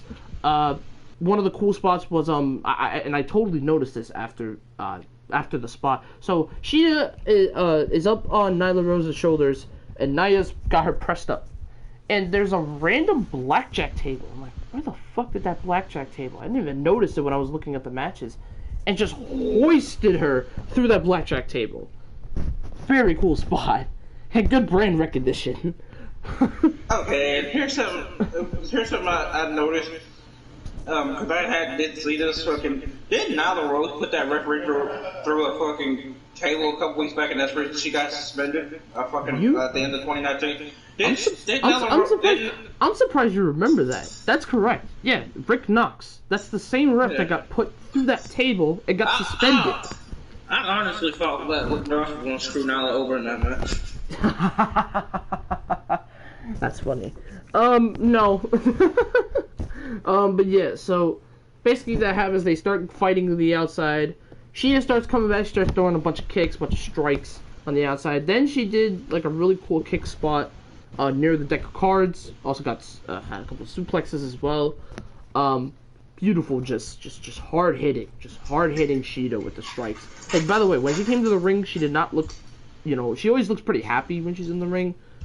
Face emotion changed. That emotion changed when she started the match. Face emotion, just the not face, found. just the dead look. Like I want to kill you. I want my title. I want to kill you. Face expression not found. That's all I say. Yeah, and that's what you like to see. You like to see that emotion of just, I'm ready to kill you. You want to see that. So great stuff from Shida. But then so they're near a set of poker chips, and we thought Nyla was gonna slam Shida on the poker chip. By the way, if you recall, poker chip counter. That's the second time a poker chip has bought into an AEW match. Second time, number 2. So then they're ready to set up, and then Shida hits her with like a stiff kick, and Nyla goes down. She drops hard on the poker chip, and then Shida, from all the way near the steps where the fans were backed up about 7 feet, sprints about halfway and does a beautiful knee strike through a poker chip. That's the 3rd time a poker chip has been used. That's the... I know. Okay, no, that ain't it, but I love how fucking Shida is doing the $1 million knee lift. Yes. That's one of her moves. That's one of her moves. It's not her finisher. Her finisher is the, I think it's the high-rise knee strike. That's her finisher. But she has a signature where she does... old moves like that. Yeah, she does like this high knee that just looks absolutely beautiful. Beautiful knee strike through the poker, like chip, like blackjack chip. I don't know what they call it, but I'll just call it poker chip. I honestly believe her kicks are worse than fucking Asuka's in WWE. Fucking her kicks are fucking the same brutal. Yeah, I would agree with that. But Asuka, like, she's been a striker for like years, so it's like it's hard to compare between the two. Like, I'd like to see them two fight eventually. That'd be pretty cool. I could see that. But yeah, definitely hard hitting. And then Nyla finally sets up Shida. She's ready to go for her classic jumping knee on the, when she's like hung up, does the knee drop to her back. That spot always looks cool. Hits Sheeta kick with it, but Sheeta kicks out. So then Nyla's ready to go for the Beast Bomb. Sheeta reverses. Sheeta hits a hard strike to the head. And then this was my favorite moment other than the poker chip spot. So Nyla gets dropped. She's down and out. Sheeta sees the advantage to use the kendo stick. And remember, Sheeta always comes out with a kendo stick. So basically, Nyla took her kendo stick. Just want to put that out there. Oh, okay. Hold on. Before we get to that part, I'm gonna go back to the beginning of the match when Nyla originally started to try to hit fucking Sheeta with the fucking kendo stick when their match first started, and then fucking Sheeta got a hold of the damn kendo stick, and fucking Nyla was like started to threw her hands up and like, whoa, time out. Oh yeah. whoa, time out. There's no time out to wrestling, Nyla. Whoa. Yeah, I do remember that. That was great. Great stuff from the heel Nyla Rose. But yeah. So here's the spot. So Sheeta absolutely whacks Nia in the head, and the kendo stick snapped. It drops the kendo stick. She drops like a ton of bricks. She lands flat on the ground. That was the best selling I think I've seen for a kendo stick. Oh man. And I thought like when WWE uses their kendo sticks is bad, but whew. When I saw man, that's what you expect. That's what you expect to see when somebody gets hit in the head with a kendo stick. You don't expect them to just drop and you don't expect them to drop and act like a fish.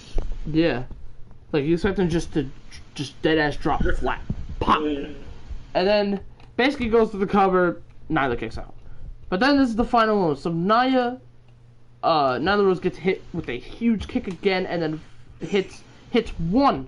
I think it's like high rise knee. Nia kicks out. So Nia tries to go for another Beast Bomb. Sheeta reverses. And then finally, one more high-rise knee to the head. Looked brutal.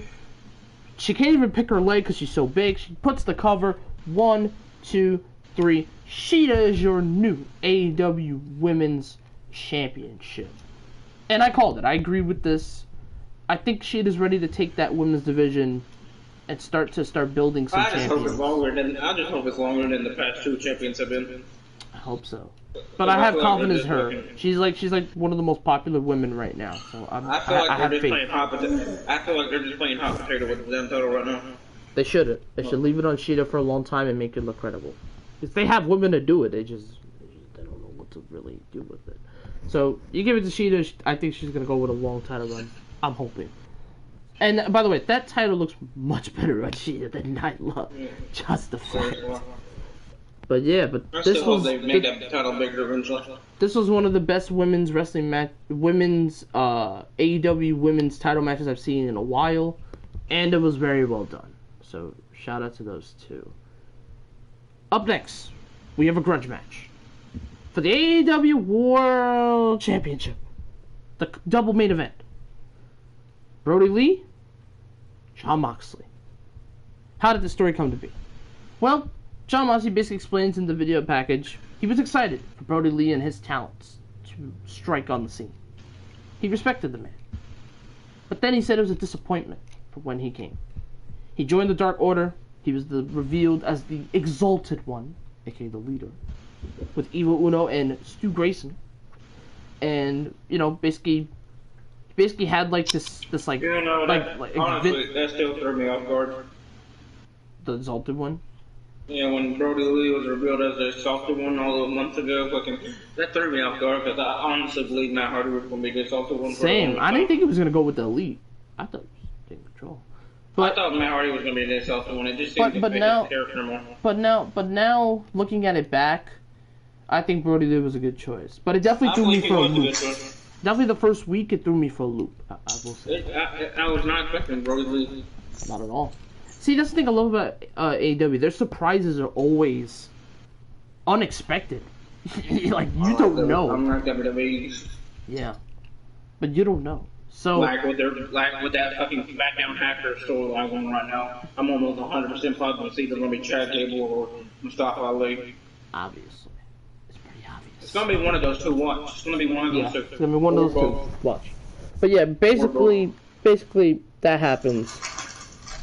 And, basically Brody Lee obviously just dominates. Big man, gets a bunch of victories. And then finally he's ready to face Moxley. And then he has the audacity, he takes the title from Moxley as the unprofamed AEW champion. And Moxley's pissed. And then on the go-home show for Dynamite, Moxley destroys the chair on one of his goons called, I think it was 10, I think his name was. He beat the shit out of him. Oh yeah, beat the shit out of him. Yeah, but basically Moxley, picked up the victory and stuff like that. And now we're here. So the entrances, always great to see. Brody Lee's music, amazing. Entrance, always good to see. And then of course Moxley had a really cool jacket. I just want to point this out. Really cool gold jacket. Switching it up instead of the orange, he has the gold. Looked really cool. Very good change up for Moxley. He has the gold like a coat. So it looks really cool. So then he does the classic I'm entering in the crowd, but I don't give a damn entrance. That's how savage he is. Enters. And then, weirdly enough, this is before the match. The feud was so intense. They have security guards lined up, like red security guards, lined up half and half, so they don't kill each other. Just Moxley on one side, Brody Lee on the other. So they kill each other during that match. Yeah, it's interesting how they did that. It was really interesting to show like the storyline of how brutal this grudge match is for the AEW World Title. So then the match begins. Hard hitting match. Brody Lee does like classic Brody Lee like moves. He hits like the punches, the strikes, the chops. He hits like the palm strikes. Moxley has that like huge strength, like super hard strikes, and also hitting his moves and stuff. Then they go to the outside, and this is where stuff gets interesting. So they're in the outside. I think it was Brody. I think Brody was lining up to do something to Moxley, and of course we all remember there was the cards that were in the corner that were Moxley. There were 2 cards that were Moxley. He suplexes Moxley onto the card. Looked absolutely brutal. And then he ripped off the card, and then he basically put the card down and stomped on his face like, I'm gonna destroy you. That's when I realized it was supposed to be John Moxley's face. Yeah, that's what it was like, oh, that's John Moxley? Didn't even see it. But that was great stuff from Brody. Great heel stuff there. But then Moxley fights back, and then Moxley, weirdly enough, was bringing the steps. There was a lot of little I still don't know what he was planning on doing with those steps. It could have been something crazy, but you never know. You know how Moxley is. He's unstable. But yeah, basically, he pulls out the steps. But then, of course, Brody stops him. Brody's ready to powerbomb him into, I believe, like the little announcer's table over there. But Moxley reverses it into a back body drop. Brody Lee lands hard through that announcer's little table. Lands hard. Brody Lee's out. So then Moxley takes advantage, he starts going back into the ring, trying to basically, try to lift up Brody, get the dead weight back in, and probably go for the pin. I think there was a pin in between. Brody kicks out, of course. But then I think when John Moxley's getting back in the ring, Brody hits the classic boot. The classic big boot that he does. Classic boot. That about to be a fucking they said it on the actual show, but I looked at it after they said it last night. That really did look like a fucking Bruiser Brody kick. Yeah. Classic Brody Lee, Luke Harper boot that he does. I don't even know if you know who Bruiser Brody is, but that dude used to boot just like this. For real. But yeah, so he basically did the Bruiser Brody boot. Moxley kicks out. Then I think Brody hit his classic running powerbomb. Always looks beautiful. Moxley kicks out. I legit thought where he fucking won there. Yeah, I literally thought he won there. It was a close, very close 2 count. 2.5. So then Brody Lee and Moxley start fighting near the stage. And they go towards these random, like, poker chips again. Poker chip counter. That's the 4th time poker chips have been used, and threw it out. I thought there was gonna be a DQ bullshit, but he just tossed it and nothing happened. Tossed it at Brody Lee. Brody gets knocked. He backs up, And everyone's like, oh god, something big is about to happen. So Brody was setting up to probably do like a suplex or something. Moxley reverses it. He grabs the arms, picks him up, and paradigm shifts him through the stage. Lands dead in the whatever the hole is, just a crater, just a huge crater. Both men go crashing through. Mankind versus Undertaker right there. Yeah, that type of style. And by the way, when I saw like how the stage looked, I didn't think that was like Parksman like wood. I didn't see Me that. neither. I thought it was like concrete or something. Like concrete, right? I thought it was gonna be like a hard-looking paradigm shift of concrete, but it's actually just a thing that just like a parchment paper. Game Boy. See, yeah, they made it look like it was concrete, but it's actually just a parchment paper. And then somehow, out of the rubble, Moxley escapes from the rubble.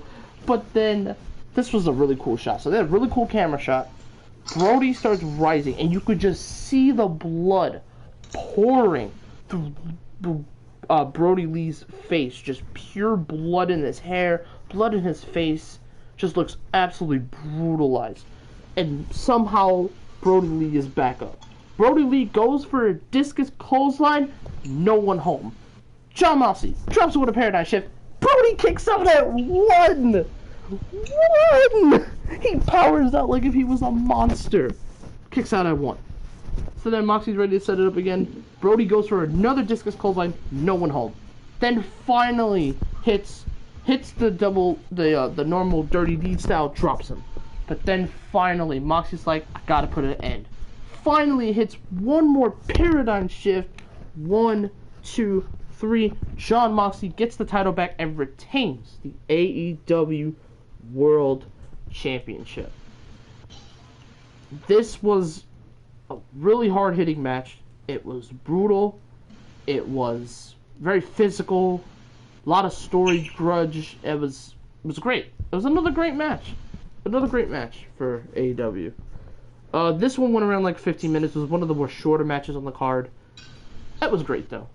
Absolutely great stuff. As far as normal style matches go, or spring matches go, normal classic style matches go, I believe that was the best match of the night. The only thing on top of that is the final match of the night. Unfortunately, there's another match on this card that's coming up next that just there's no competition. I'm sorry. But if we're talking for in-ring wise, this was one of the best in-ring matches other than MJF and Jungle Boy. This was one of the best ones. Now, does this mean Brody Lee taking a loss is a bad thing? No. Definitely no, and before anybody says it, no, he is not buried. No, he is not buried. He just took the loss. But he looked good taking the loss. He looked good taking the loss. He looked amazing taking. They made him look amazing. Brody Lee has a future champion written all over. So I wouldn't be surprised if AEW. I guarantee in the next 1 or 2 years, he's winning the title. He's gonna get a title run. He's gonna get a title run. I can see it now. I look forward to seeing that too. Evil Uno and Stu Grayson winning the tag belts, while the leader, Brody Lee, has the AEW World title. I can see it. I can see it now. So, yeah, Brody Lee, young potential. Where does Brody go from here? I don't know. We have to find out. I don't know. But yeah, great stuff. And the weird thing about it, when I was looking at it last night, it's crazy how full circle everything comes. You know, it's crazy that those two are headlining. Like, they're not. Well, they're basically headlining the world title scene. At WWE, they would never headline the world title scene. Maybe this time last year, John Moxley was just making it. This time last year, John Moxley was just making it to AEW, and Brody Lee was still just doing the rounds in WWE, Luke Harper, and not going nowhere. And 1 year later, he had no direction. He had no direction. After he left the Wyatt family, he had no direction. I mean, back in 2018, 17, something like that, I thought he was going to be a main event in WrestleMania with or getting a fucking big push because they had that when Bray Wyatt was the WWE champion. I thought, I would much rather saw that than Randy Orton versus Bray Wyatt. I would have much rather saw honestly, Bray that would have had great storytelling. It would have been a great match, but it just didn't work, unfortunately. But here's the thing I had a little bit triggered about the fucking. I ain't saying nothing bad about Brody Lee, but John Moxley says he was happy to see Brody Lee join the AEW. He's saying he's been proving for years that he's around the world that he was a world-class competitor. I want to know where this was, what universe John Moxley was in. Because the past 7-8 years, fucking Brody Lee's been in that WWE doing absolutely nothing. Maybe he's talking about when he went to Japan. I don't know. Because Brody Lee has not been out of WWE long enough to prove that he's a world-class competitor anywhere. Maybe he meant to say potential world class, because I don't know, but it was just fucking hilarious. Like I want John Moxley over here in another universe, apparently. Yeah. So, but definitely no. The match itself, the story was there. It was great, and I see tons of potential. Brody Lee, soon enough. Okay. Now, look. This is going to be a long match, but I wanted to talk, not spot for spot, but at least the big spots in this match. It's the first and probably only Stadium Stampede. Now people ask me, what the hell is a Stadium Stampede? Here are the rules. A Stadium Stampede is basically a street fight on steroids. All Elite members and Inner Circle members have the entire stadium to use at their disposal. They can use the concession stands, they can use the steps, they can use... There wasn't elite members missing. Right. You can use the steps, you can use the field, you can use the concession stands, you can use whatever the hell you want in the stadium. I don't think it's more of a street fight. I believe it's more of a false count anywhere type deal, because that's basically what it was. A shitty version of a false count anywhere street fight rules mixed in. Right. I think that's the best way you can fucking describe it. Okay. Alright, well, fine. Basically, a street fight / falls count anywhere style match. It's just craziness. Just basically chaos. And the way you must win is by pinfall or submission. It's basically yeah, more like pinfall mostly, but basically. So where did this feud all start? Well... hold on. John Moxley didn't win by pin last time. He won by fucking submission. You lied to these people.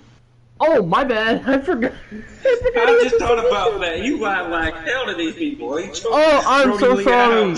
I'm so sorry. Let me retract real quick before we hit to the main event. He actually won via a pass out submission, like a chokehold kind of thing. I'm so sorry. I thought about that for a minute. Like, hold on a minute. Yeah. I remember you saying 1, 2, 3. Wait. Yeah. You said submission, mostly some pin based. Now, like, hold on, let me think for a second. And then I thought you said 1, 2, 3. Like, no, he did not. No. I'm so sorry. But yeah, no, he won by submission. He did a chokehold submission, like UFC type thing. Brody to win. Alright, we got to the way. Can we get to the main event? Yeah, we can get to the Sorry, main event. I had to clear that up. Actually, to tell the truth.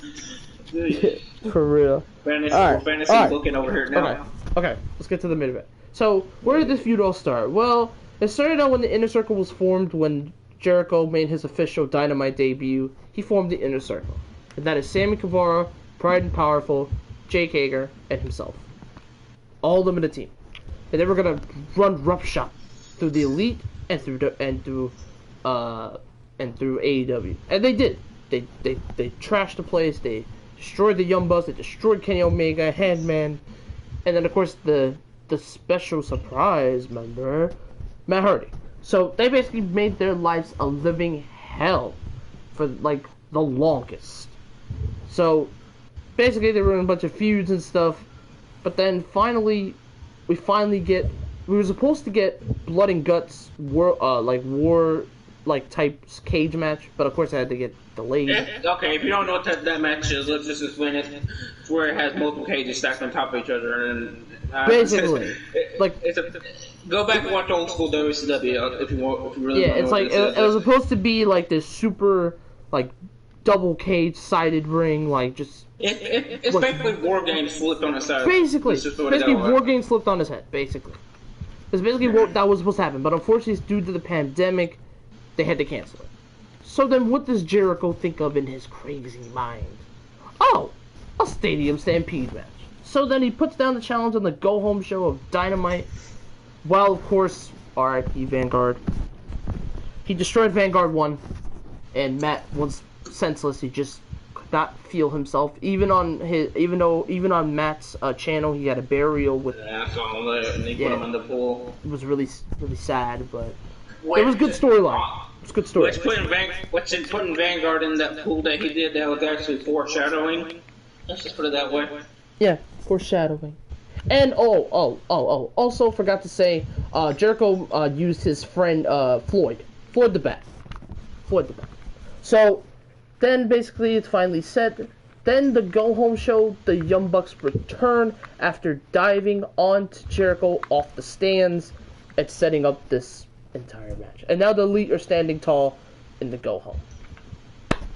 So okay, let's get to the actual match. With the entrances, or we're gonna start off with how they entered the ring. The way they entered was absolutely amazing. So we'll start with the Inner Circle. Inner Circle. Oh, by the way, also Justin Roberts was also voiced over as an announcer because he's not there, so he basically voiced it over.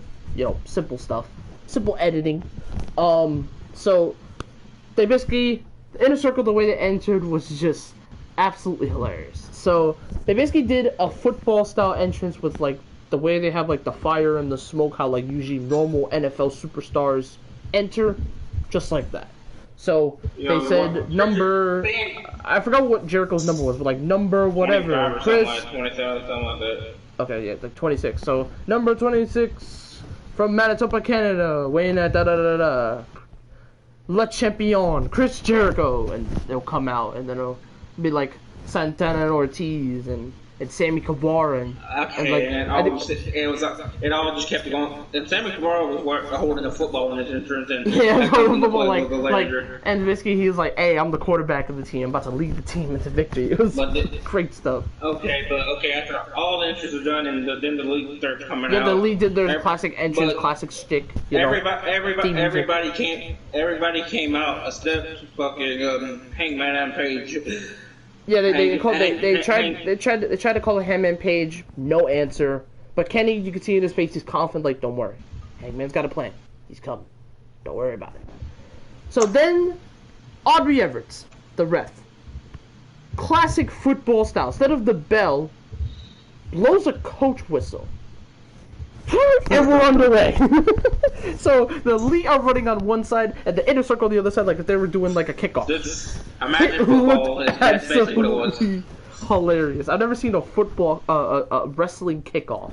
So wrestling kickoff and the match is underway, and they're just drop kicks, throws, punches, trash cans. So much shit going on at once. So much stuff. The camera could barely even keep up with all this action. That's how the commentators didn't even know what the hell to do. Exactly. They were like, oh, this is a first. We've never seen a wrestling kickoff. This and that. Like, it was hard to commentate.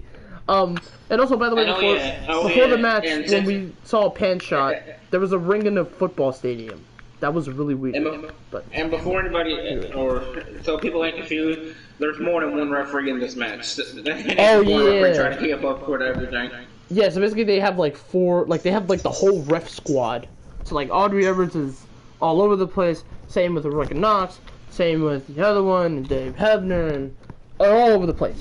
All over the place. And they're communicating with each other, so there ain't no confusion. Yeah, they have like these speakers. They have like these like you know how like the coaches have in like the NFL, they have like the speakers to communicate, so they know like, oh, a pin's going on. Oh, a pin's going on. Like they have like communication so they can see. So smart stuff from AEW instead of just having one ref. That would have been really weird if they had like one damn ref. And to chase all that action now, I'm like, oh, I hope she's gonna keep up. Yeah, definitely. So the match is underway, and then finally we get some crazy spots. We got some trash can shots, got some throws, some hands, some suplexes and stuff. Then we finally get some, some in-ring surprising. There's actually a ring in the middle, so they start using the ring. They start throwing hands. I think out of that whole match, that was the most random thing to have in the ring. Yeah, for real. But they did the classic shtick. They did like the classic spots with like what is it, like they did like the kick in the corner where the Young Bucks usually do a buckle bomb and it gets turned into a kick to the back of the head. They did that. Jericho. Then this is where finisher spot city comes. So first is the Young Bucks. They hit their finisher there. Then Kenny hits a V trigger. Then I think it was like Sammy Guevara came into the move here. Actually no, he comes later. He does a move here. They just keep doing finisher after finisher after finisher. It's just finisher spot city, code breaker. There was even like Hager did like the gut wrench. Like it was just spot city. When Hager hit that gut wrench, I thought the match was already gonna end. I was like, oh no, fuck. Yeah, for real. But then the surprise entrance. So Sammy Guevara's on the outside. Let me speak this. I'm sorry, I can't help but to laugh on that. I don't blame you. So Sammy Guevara is on the outside, and he's like, he's trying to see, he's trying to, look around, check if anyone's there. You see a pan shot of something in the distance, and we're like, what is that in the distance?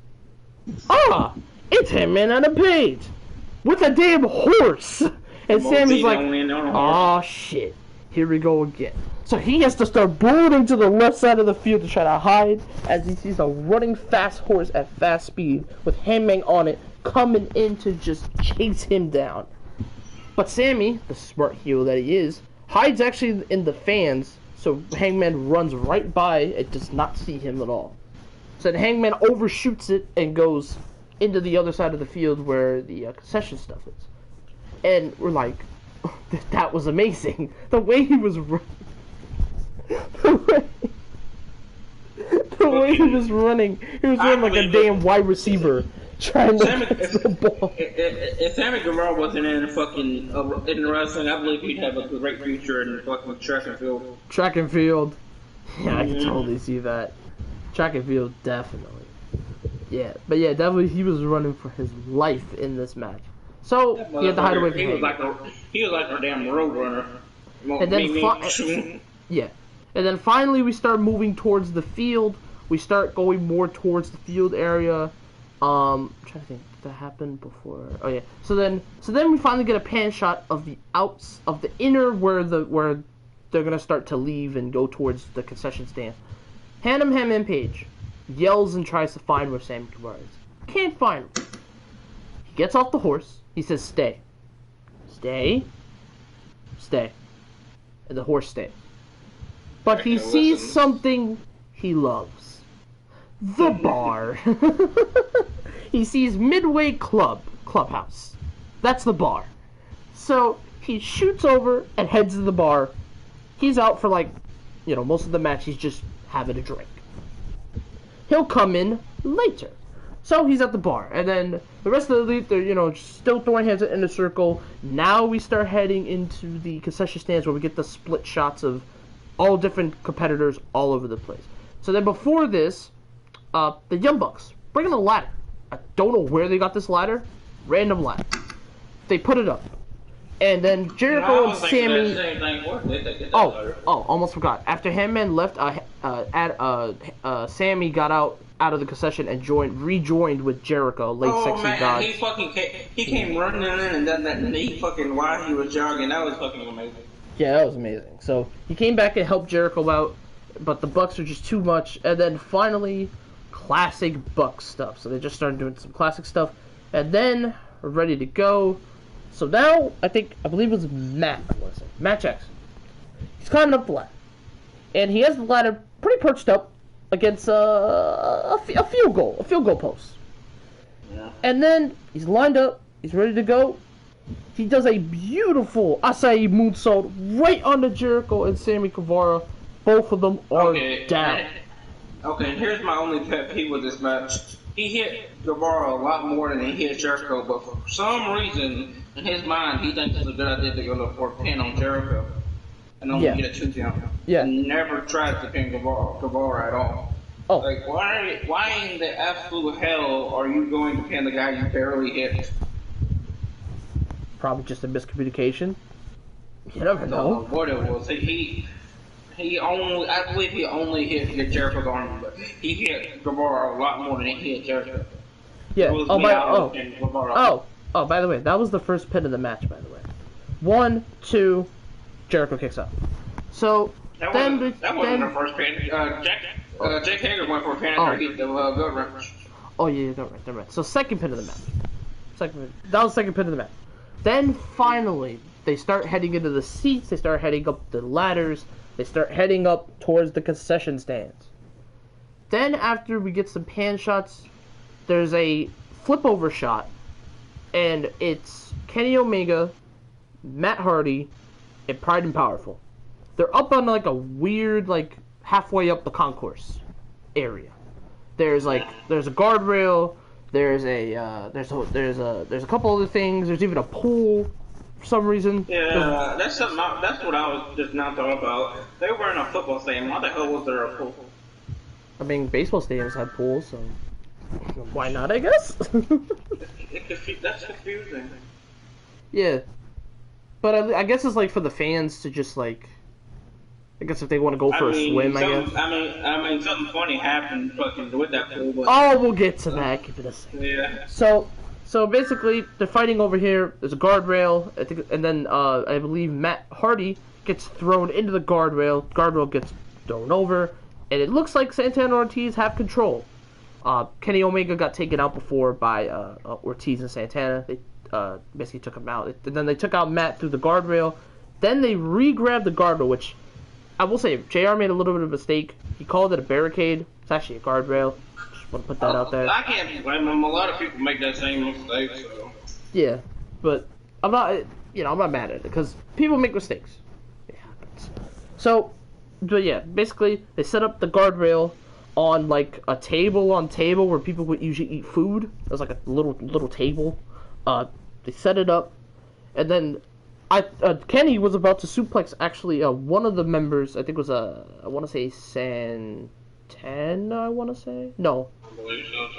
I think it was Santana. I think so. He tries to suplex him. Ortiz is there to break it up. So then now finally, they go on top of the They go on top of the table itself and hit. Oh God, what was it? They hit something. And the way Kenny landed on that guardrail breaks the guardrail in half. Goes right through the guardrail like a damn table spot. Looked absolutely brutal. Absolutely brutal. Brutal spot. Then they go to grab Matt to do some more damage. Matt Hardy tries to fight, try to, do a couple of headbutts, try to, do some stuff. But then, unfortunately, Pride and Power for just too much. So they toss Matt Hardy into the pool. He's in the pool now. And then Santana Ortiz, they hop in with them. I love the way, like, Santana jumped in, because it was like a 3 feet of water. But I love Ortiz when he's, like, just slowly climbing when you know it's 3 feet of water. It's hilarious stuff from Ortiz. So then now they're, beating the hell out of the Matt. And then they have the bright idea, if we kill Matt Hardy, we don't have to deal with them. They drown him. Honestly, shouldn't they get arrested for attempted murder after that? I mean, Baron Corbin didn't get attempted for murder, so. Huh? Seriously, apparently wrestlers are immune to laws. I guess. I guess they pay off the law, but yeah. It's basically well, either way, back to the good idea. Back to the funny things. Yeah. Inside of water. So basically, in water. Weirdly enough, AEW has a camera underneath. I don't know how, but they have like an underneath camera shot. It's pretty funny. Matt's basically like just in pain. And then I believe a second later, Matt pops up. And he's in Matt Hardy Hardy Boy's attire. It's like, oh!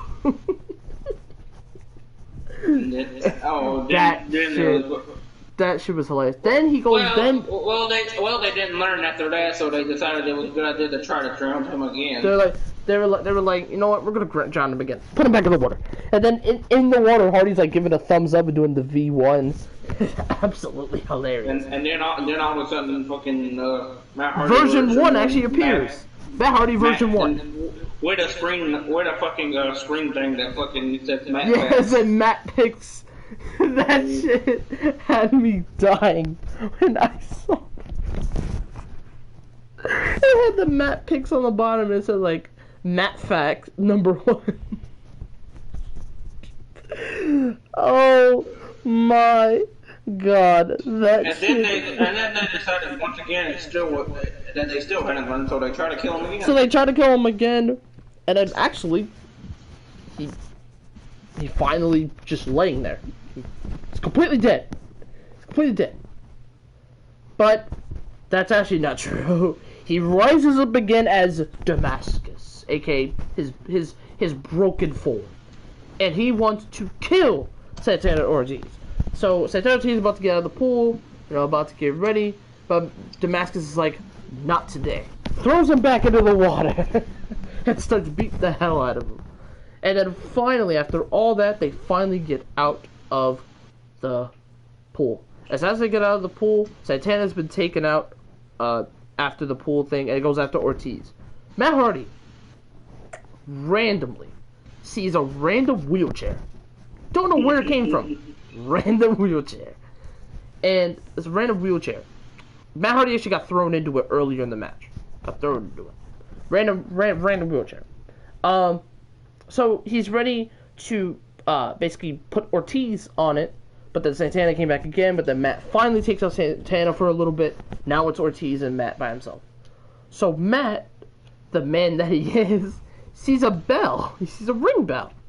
He sees like, oh my god. This was amazing. So he puts Ortiz's head / body in the bell itself and then rings the bell. Dong! And just the way Ortiz was selling it, he was horrified. Just the vibration. Looked like he was having a damn seizure in the middle. For real. The way he was selling it was absolutely his. He had like a vibration in his body, like, oh, the bell was so loud. I have so much vibration in my body. And then, as he shook, Matt Hardy, he basically says, you're about to be deleted and wonderful, the usual Matt Hardy stuff. And then he duct tapes his body, tapes his body to the wheelchair, locks his arms, locks his thing. The whole time talking to him like he's a doctor. Yeah, he's like a doctor, like, you're going to be fine, patient. It's like And if you still feel worried in the morning, take one of these, and he punches him in the head. And then you feel something, take this in the morning, yes. Pop! Pops him in the head. Great stuff. So then finally, Santana gets back up, starts beating the hell out of Matt, and then those two, and while they're trying to track each other, Ortiz with the wheelchair is like trying to move and follow them as they go towards the next spot. Absolutely hilarious. And then finally, Ortiz is done. He's out of the match. He's done. He's done. First member of Inner Circle out. Next, we're on to Santana. So Santana and Matt continue to fight, and then the memories start to happen.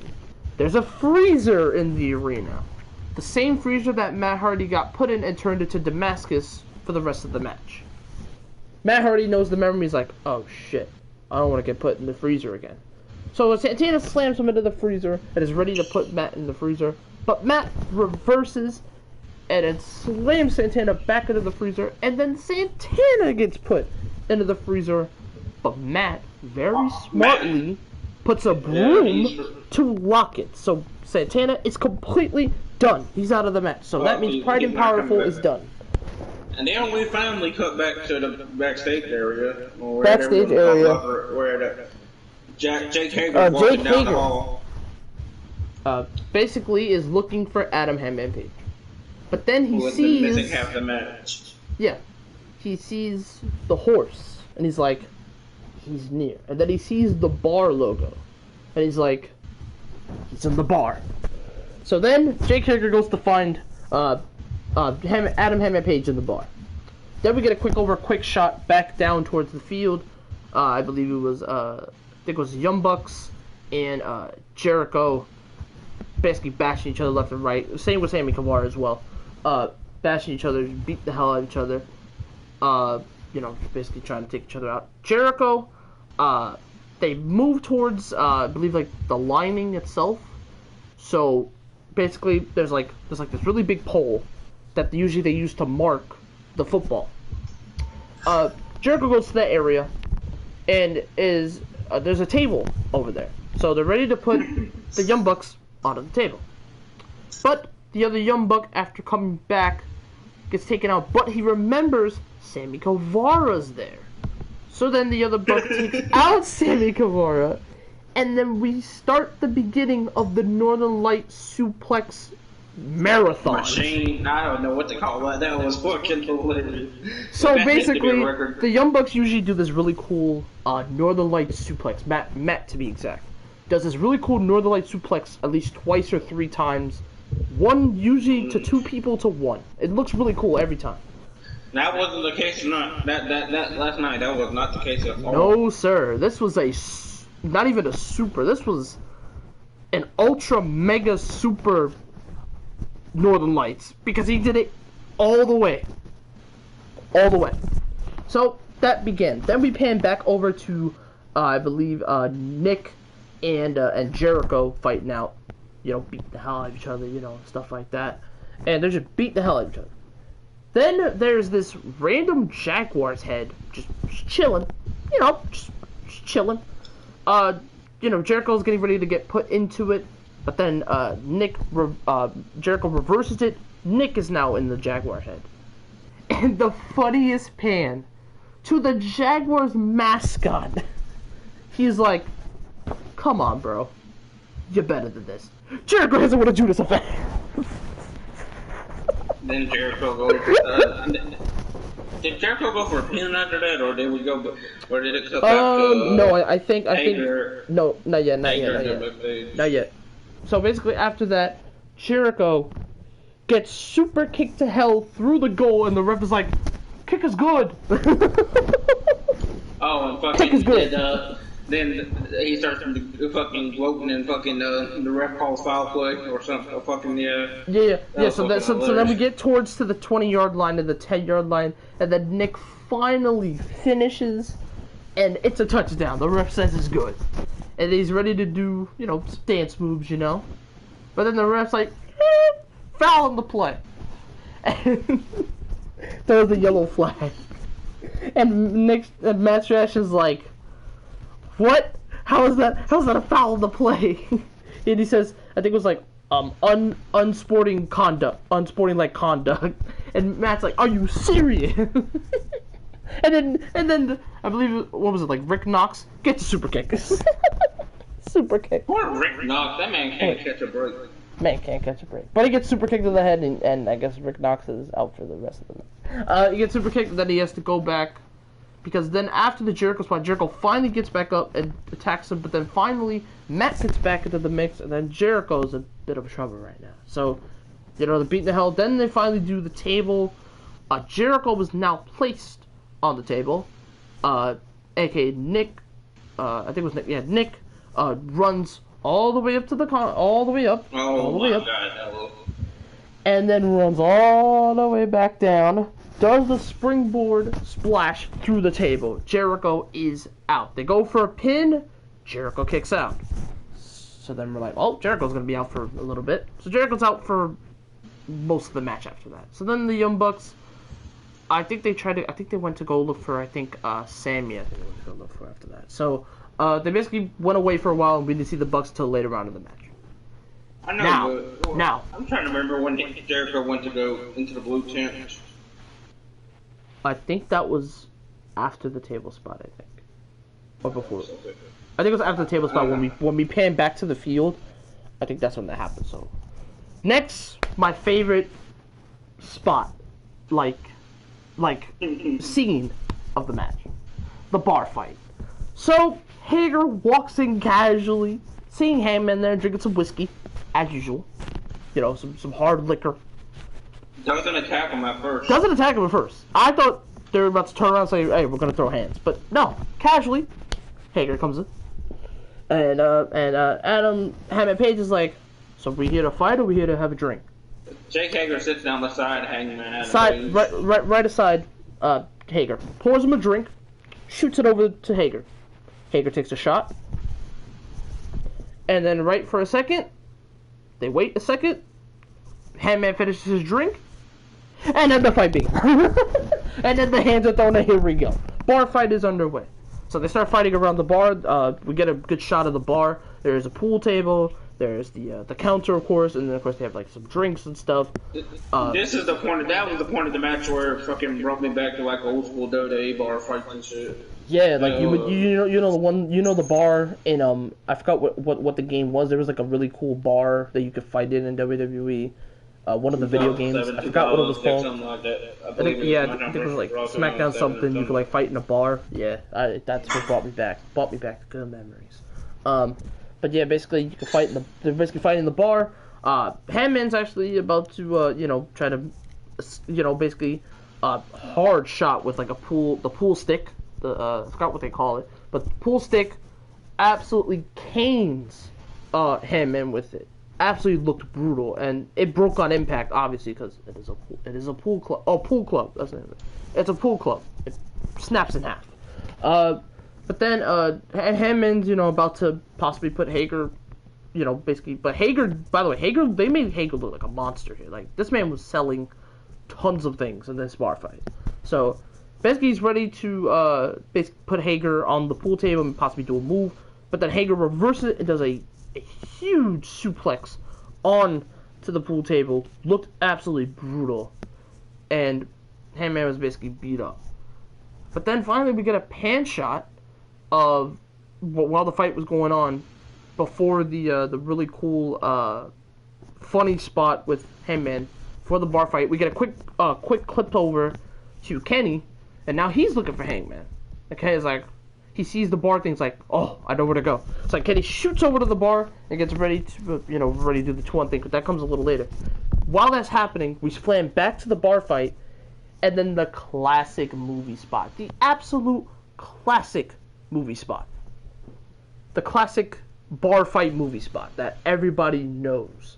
He grabs Hangman, and with the strength of Hager, throws him across the counter and then hits like a table right at the end. Classic movie spot. Classic spot. And then he hits a gut-wrench powerbomb through the table. Hangman for the cover. 1, 2. Hangman kicks out. Just barely, though. Just barely. Kicks out. So then finally Kenny gets into the mix and sees Hager and is like, oh, we're finally here we go. And now Kenny goes after Hager, and now the tag team champions are teaming up finally. So Hangman finally gets up, and now Kenny and Hager going on, and then Kenny gets taken out by Hager, and then Hangman finally gets back up, and then so now they're basically setting up a spot here. So Hager is on the bar side, just leaning like this, after hard shot. Oh, before that they actually hit him with beer bottles, and Hager was selling multiple beer bottles. Multiple to the head. Hager didn't sell. He sold like 2 or 3 of them. It looked like a monster. Just bashed one, bashed another, and then I think he even bashed like a little bit of a bubbly bottle to the head, and finally Hager goes down.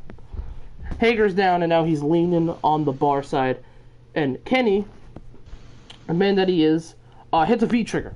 Hits a V-trigger on Hager, and now he's finally down. Puts him on the side of the bar. Doesn't go for the pin for some reason. Doesn't go for the pin. No clue why. Maybe they want to set up for something. So then Kenny does a classic Matt Hardy stance like this, and Hangman does a weird flip, lands it, buckshot lariat over the bar, and he is out. Hager is finally out. Hager's done. So then right after, Kenny and Hager, they're chilling. They head to the bar. Hangman flips over the bar, and it's like, what would you like to drink? And then Hangman thinks about it for a second. He's like, no, Kenny's not a drinker. So he pulls out the milk and gives that to Kenny, and then he takes the hard liquor. So then puts the milk. Kenny's like, and then JR, after they both drink the milk and liquor and do the cheers and stuff like it, JR's like, Hangman and Page sure like milk flavored liquor flavored milk or something like that. And then Mike, what's his name, says, Excalibur's like, I think Hangman likes any liquor, any flavored liquor. Any flavored liquor. And then the cheers, of course, and a great moment. Kenny spilled some milk on himself, but that's milk, what do you expect? So they're just having a nicer drink, just to take a breather before they have to go back down, and that happens. Then we pan away from that. This is where the match just continues to get crazy. So, then they're back down towards the field. I don't remember who we see. I think we see Jericho first, if I recall. We see Jericho. I think this is the point where Jericho does the call. The pin. Or something So basically, Jericho, they're still fighting the Bucks. Jericho finally gets up. Beautiful code breaker on the floor. Cover by the ref. 1, 2. That looked close like a 3, but it's actually 2.5. And Jericho's like, what? That's a 3 count. No, ref's like, nope, that was a 2. That was a 2, Jericho's like, what? No. And they said, alright, we're going to the review booth. And that shit happened. They did a classic football review. They go to the review booth, but Jericho's not allowed in the review booth, but he went with Aubrey Edwards anyway. They said, I want a replay. So then, after he's the Cobra, he gets a replay, and we actually see Aubrey Edwards is correct. That is a 2 count. It's not a 3 count. It was so great stuff from Jericho there. Well, while they're doing that, I think Sammy Guevara gets back in the mix after taking his suplexes of death. Crazy suplexes. Oh, he's crawling, yeah. Death. Yeah. Poor Sammy could not catch a break in that match. Oh yeah, he could not catch a break. So probably eat some suplexes, all ready to go. Start to beat the Bucks, and then he gets laid out. And then he finally. Actually, wait. Sorry. Something happened before. So Jericho finally gets out of the tent after complaining with Aubrey Edwards. He gets knocked out by. Oh man, who had the thing? Oh yeah, Hangman had the thing on the field. The white. I forget. I can't remember who knocked out Jericho, but the fucking Hangman and Page comes out with it. Yeah. So basically, the regulation line. Yes. After having a nice cold drink with Kenny Omega, he comes back. He starts revving up the white liner that they use to make the lines for the field. To make the regulation lines. The regulation lines, yes. So basically, Jericho, I think I'm guessing it was one of the Bucks. Knocks out Jericho, and Jericho's just laying there. He says, "Oh, I'm out cold. I'm done." Jericho's out for the rest of the match. Jericho does not come back for the rest of the match, by the way. This is Jericho was out after this, just out. So this is the fourth person. Jericho's the last person to be completely taken out by and not be seen for the rest of the match. So. Exactly, because Hager was out in the bar. The Pride and Powerful was out due to Matt Hardy with the freezer, and then Santana still locked up.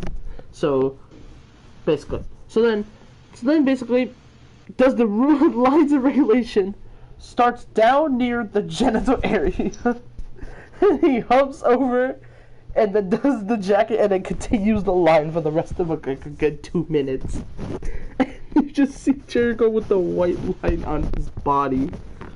Oh my god, that was absolutely hilarious. Well, then we once again cut to the Sammy Guevara. He's crawling and gets fucking hit by the sprinklers. And then sprinklers turn on and Sammy's like, "Oh, I won." That completely wakes him up.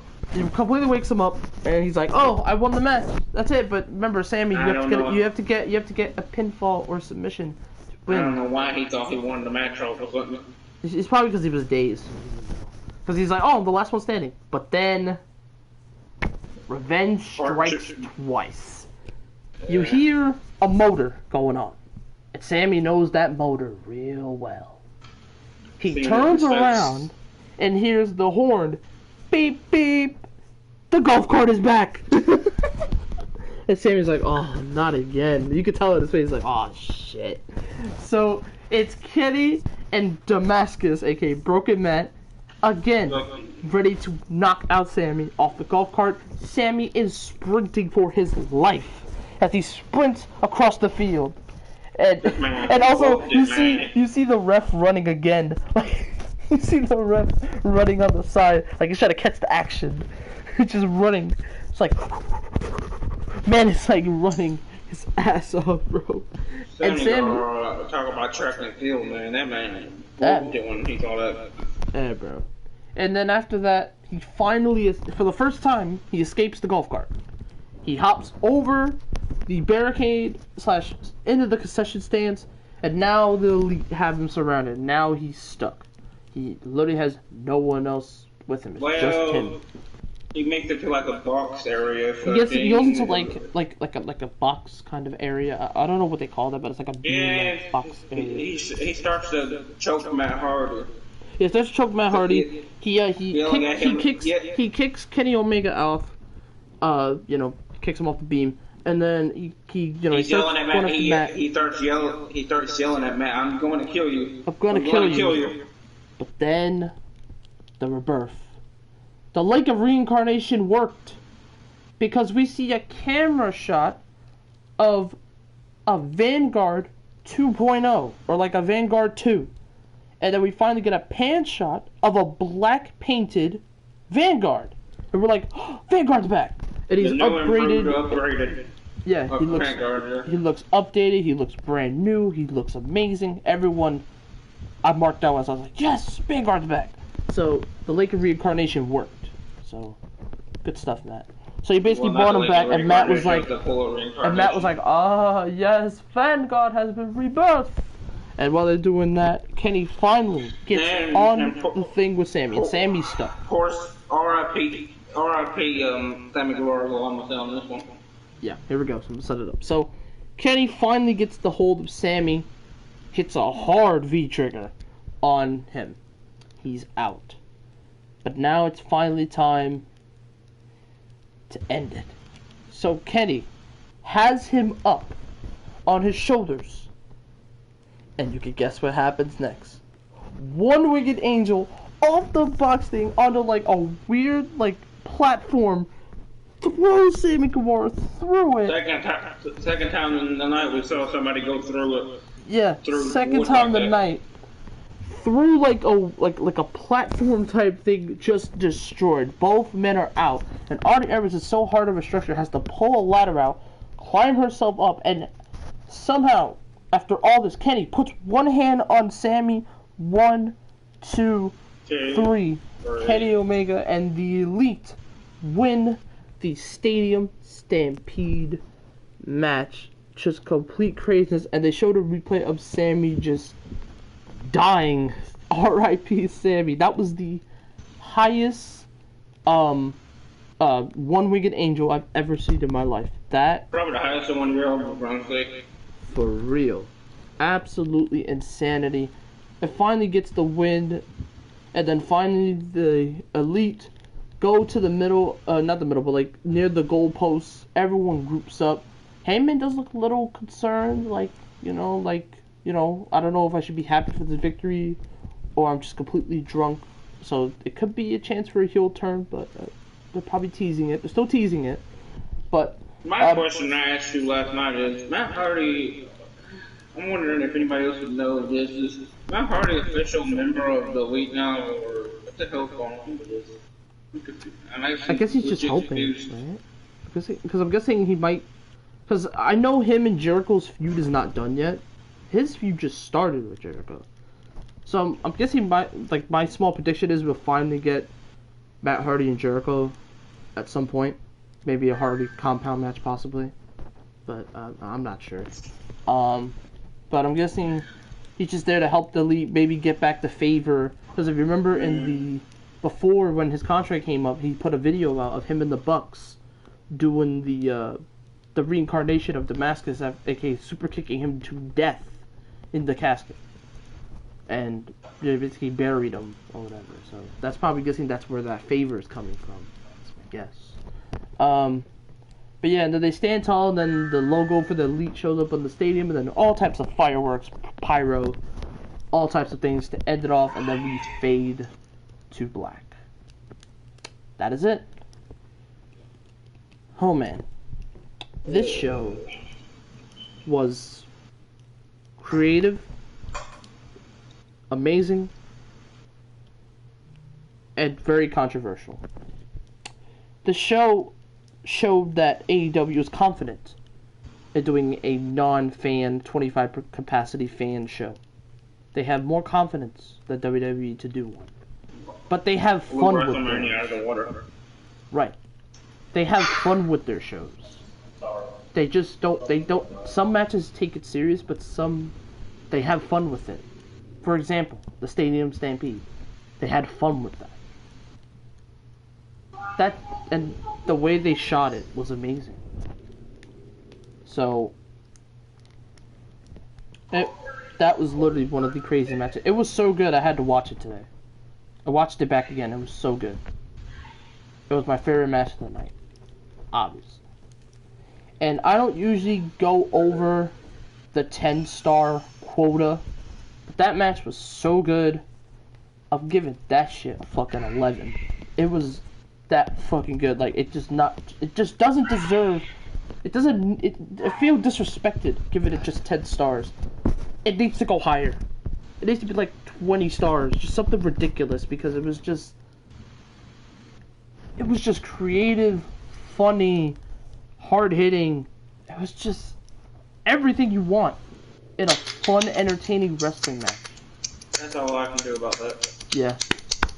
Clap it up. Clap it up to the elite, the minds of Matt Hardy, the whole show in a circle.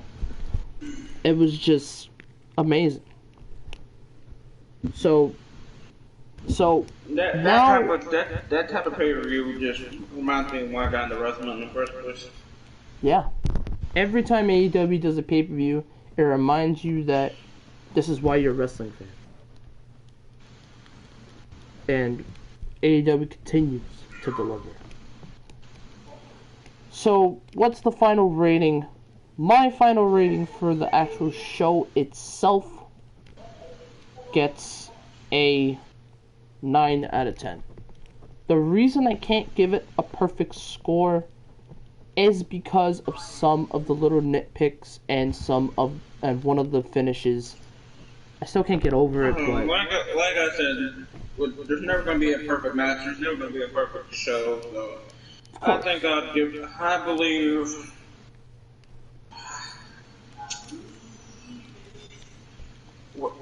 I know this is going to be. I'm being a little bit tough here, but I don't think I'm going to give it a 9. I believe I'm going to give it an 8.5. 8.5. Yeah. All right, respectable. And the only reason I'm getting it at 8.5. What'd you give Money in the? We never talked about Money in the Bank's rating. What did you give Money in the Bank? Way lower than that. Not the actual match, but the pay-per-view itself. What did you give it? The match, I love the match. The match was great. I'm not happy how that match ended, but no, overall, Money in the Bank pay-per-view, I'd probably give that about. I'm being generous here. I'd probably give that around 6 stars. I did the same. I gave it a 6. I gave it a 6. I feel like I'm being a little bit generous there, but. Nah, I think it's fair because it's one of the best WWE pay-per-views we've had. It was better than WrestleMania, hands down. Better than WrestleMania. It wasn't better. Don't get me wrong. I like the fucking WrestleMania cinematic matches. Both of those were great fucking matches. Yeah, why do you think the Money in the Bank cinematic match succeeded so well? Because it worked. So, but the actual card itself, I actually really enjoyed Seth and Drew, and the Bray Wyatt match was intriguing. Before we really get in depth on this, let's leave this for another video. We'll rewatch it or something, or just go off memory. We'll do a review of Money in the Bank if people really want us to, or something like that. Wait, rewatch the pay-per-view itself? Not the whole damn show, man. I wouldn't do that. But like the important matches. Yeah. Okay. Or if people really want us to do a review of that later on or something, we'll do it. But I just don't want to get into that on AEW the AEW Double or Nothing video. Yeah, definitely. But yeah, definitely, but yeah. But no, yeah, this was a 9 for me. The last AEW show I think I did Fully Geared. I gave that a 10 because, like, the entire show was just, it was damn near perfect. I think after watching this pay-per-view with AEW, I think I'm going to start trying to keep up a little bit more, and because I actually did enjoy this show, so I might.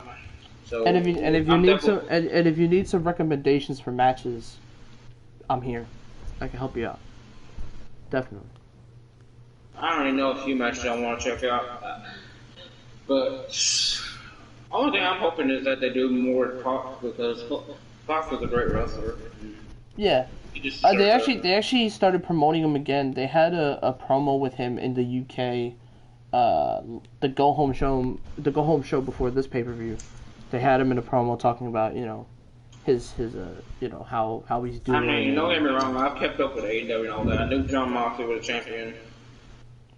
I didn't know SCU lost the tag championship. That was kind of a weird situation, but I try to keep up with it, but Wednesdays I sort of try to stick with NXT. Right. But I think I'm gonna start watching AEW Dynamite over NXT. I give it a few tries, and maybe I like it better than NXT. But the only reason I watch NXT is because Keith Lee and Matt Riddle, because those are two of my favorite wrestlers. So. Of course. Keith Lee is one of my favorites as well. Same with Matt Riddle. Matt Riddle's also up there as well. So I agree with you there. And I love Adam Cole and the Undisputed Era in general too. So. Gotcha. And also, do you think you're gonna be able to watch the Takeover in your house coming up in June or whatever? You mean the NXT in your house? Yeah, I'm gonna watch it. Okay. So you think we should do a review for that if you want? Sure, why not? Alright, yeah. I don't know. I know we can do a review on that, but I'm not gonna say we're gonna do a review on Backlash. I just want to see how that turns out and see if people actually want to see reviews on that. But yeah, we'll see what they want. If you guys want it in your house takeover review, which by the way, I'm saying we're gonna do it in your house takeover review either way. I'm saying fucking Backlash review. Oh yeah, because of the greatest. I'm actually scared if they want Backlash. I'm scared because they're hyping this thing up way too much, and it just seems disappointment written all over it. I just don't want to. Here's what I feel about this channel. I don't want to review trash. I'm sorry. That's just it. Yeah. If it's trash, I don't want to review it. I know. That's the thing. You want quality reviews. The reason we review WrestleMania every year is because there's at least something on the card that you're excited about. I know. I was excited for the Edge versus Randy Orton. I wasn't even planning on doing the 2-day WrestleMania thing. I wasn't. I'm gonna be straight honest. I wasn't. But there was just that gave me that little glimmer of hope that there was gonna be something I really liked, and there was. There were some things I really liked, but WrestleMania's been so mediocre. Like I said in our video on WrestleMania when we done that review on it. I actually have to move that review to this channel. I have it on the other channel. I gotta move that. Well, like I said on that video, they did the best they could with what they had. I give WWE props for that. Definitely. I'll definitely say that. And I still give them props for Money in the Bank, but I feel like they made some mistakes on there that could have been avoided. I know. They made some mistakes on the show itself, and some of the things didn't even make any sense in some of the shows. But that's why I don't watch Raw and SmackDown every week, because it's really time consuming, and it's also some of these shows just don't make any sense. There's no logic. There's no smartness. With AEW, there's actually logic. Like, don't get me wrong, there's some boneheaded decisions. Don't get me wrong, but at least they keep it smart with it. They're logically, they know what they're doing, and they continue to deliver banger pay-per-views. So, I want this, The problem with it, one of the major problems with WWE is 50-50 booking, I believe. It's one of the problems. That's one of the major ones up there, guys. Definitely. I would say lazy booking, reconstituted things being rebought, remade, and also, 50-50 booking as well. The only thing that's interesting to me in WWE right now, even though I know how it's going to pretty much almost guarantee I know who it's going to be, is the SmackDown Hacker storyline going on right now. But I'm almost 100% positive that it's either going to be Shorty G or Jesus, I still hate calling him Shorty G, but I'm gonna call him Chad Gable. Just call him Chad Gable, bro. No Shorty G will be on this channel.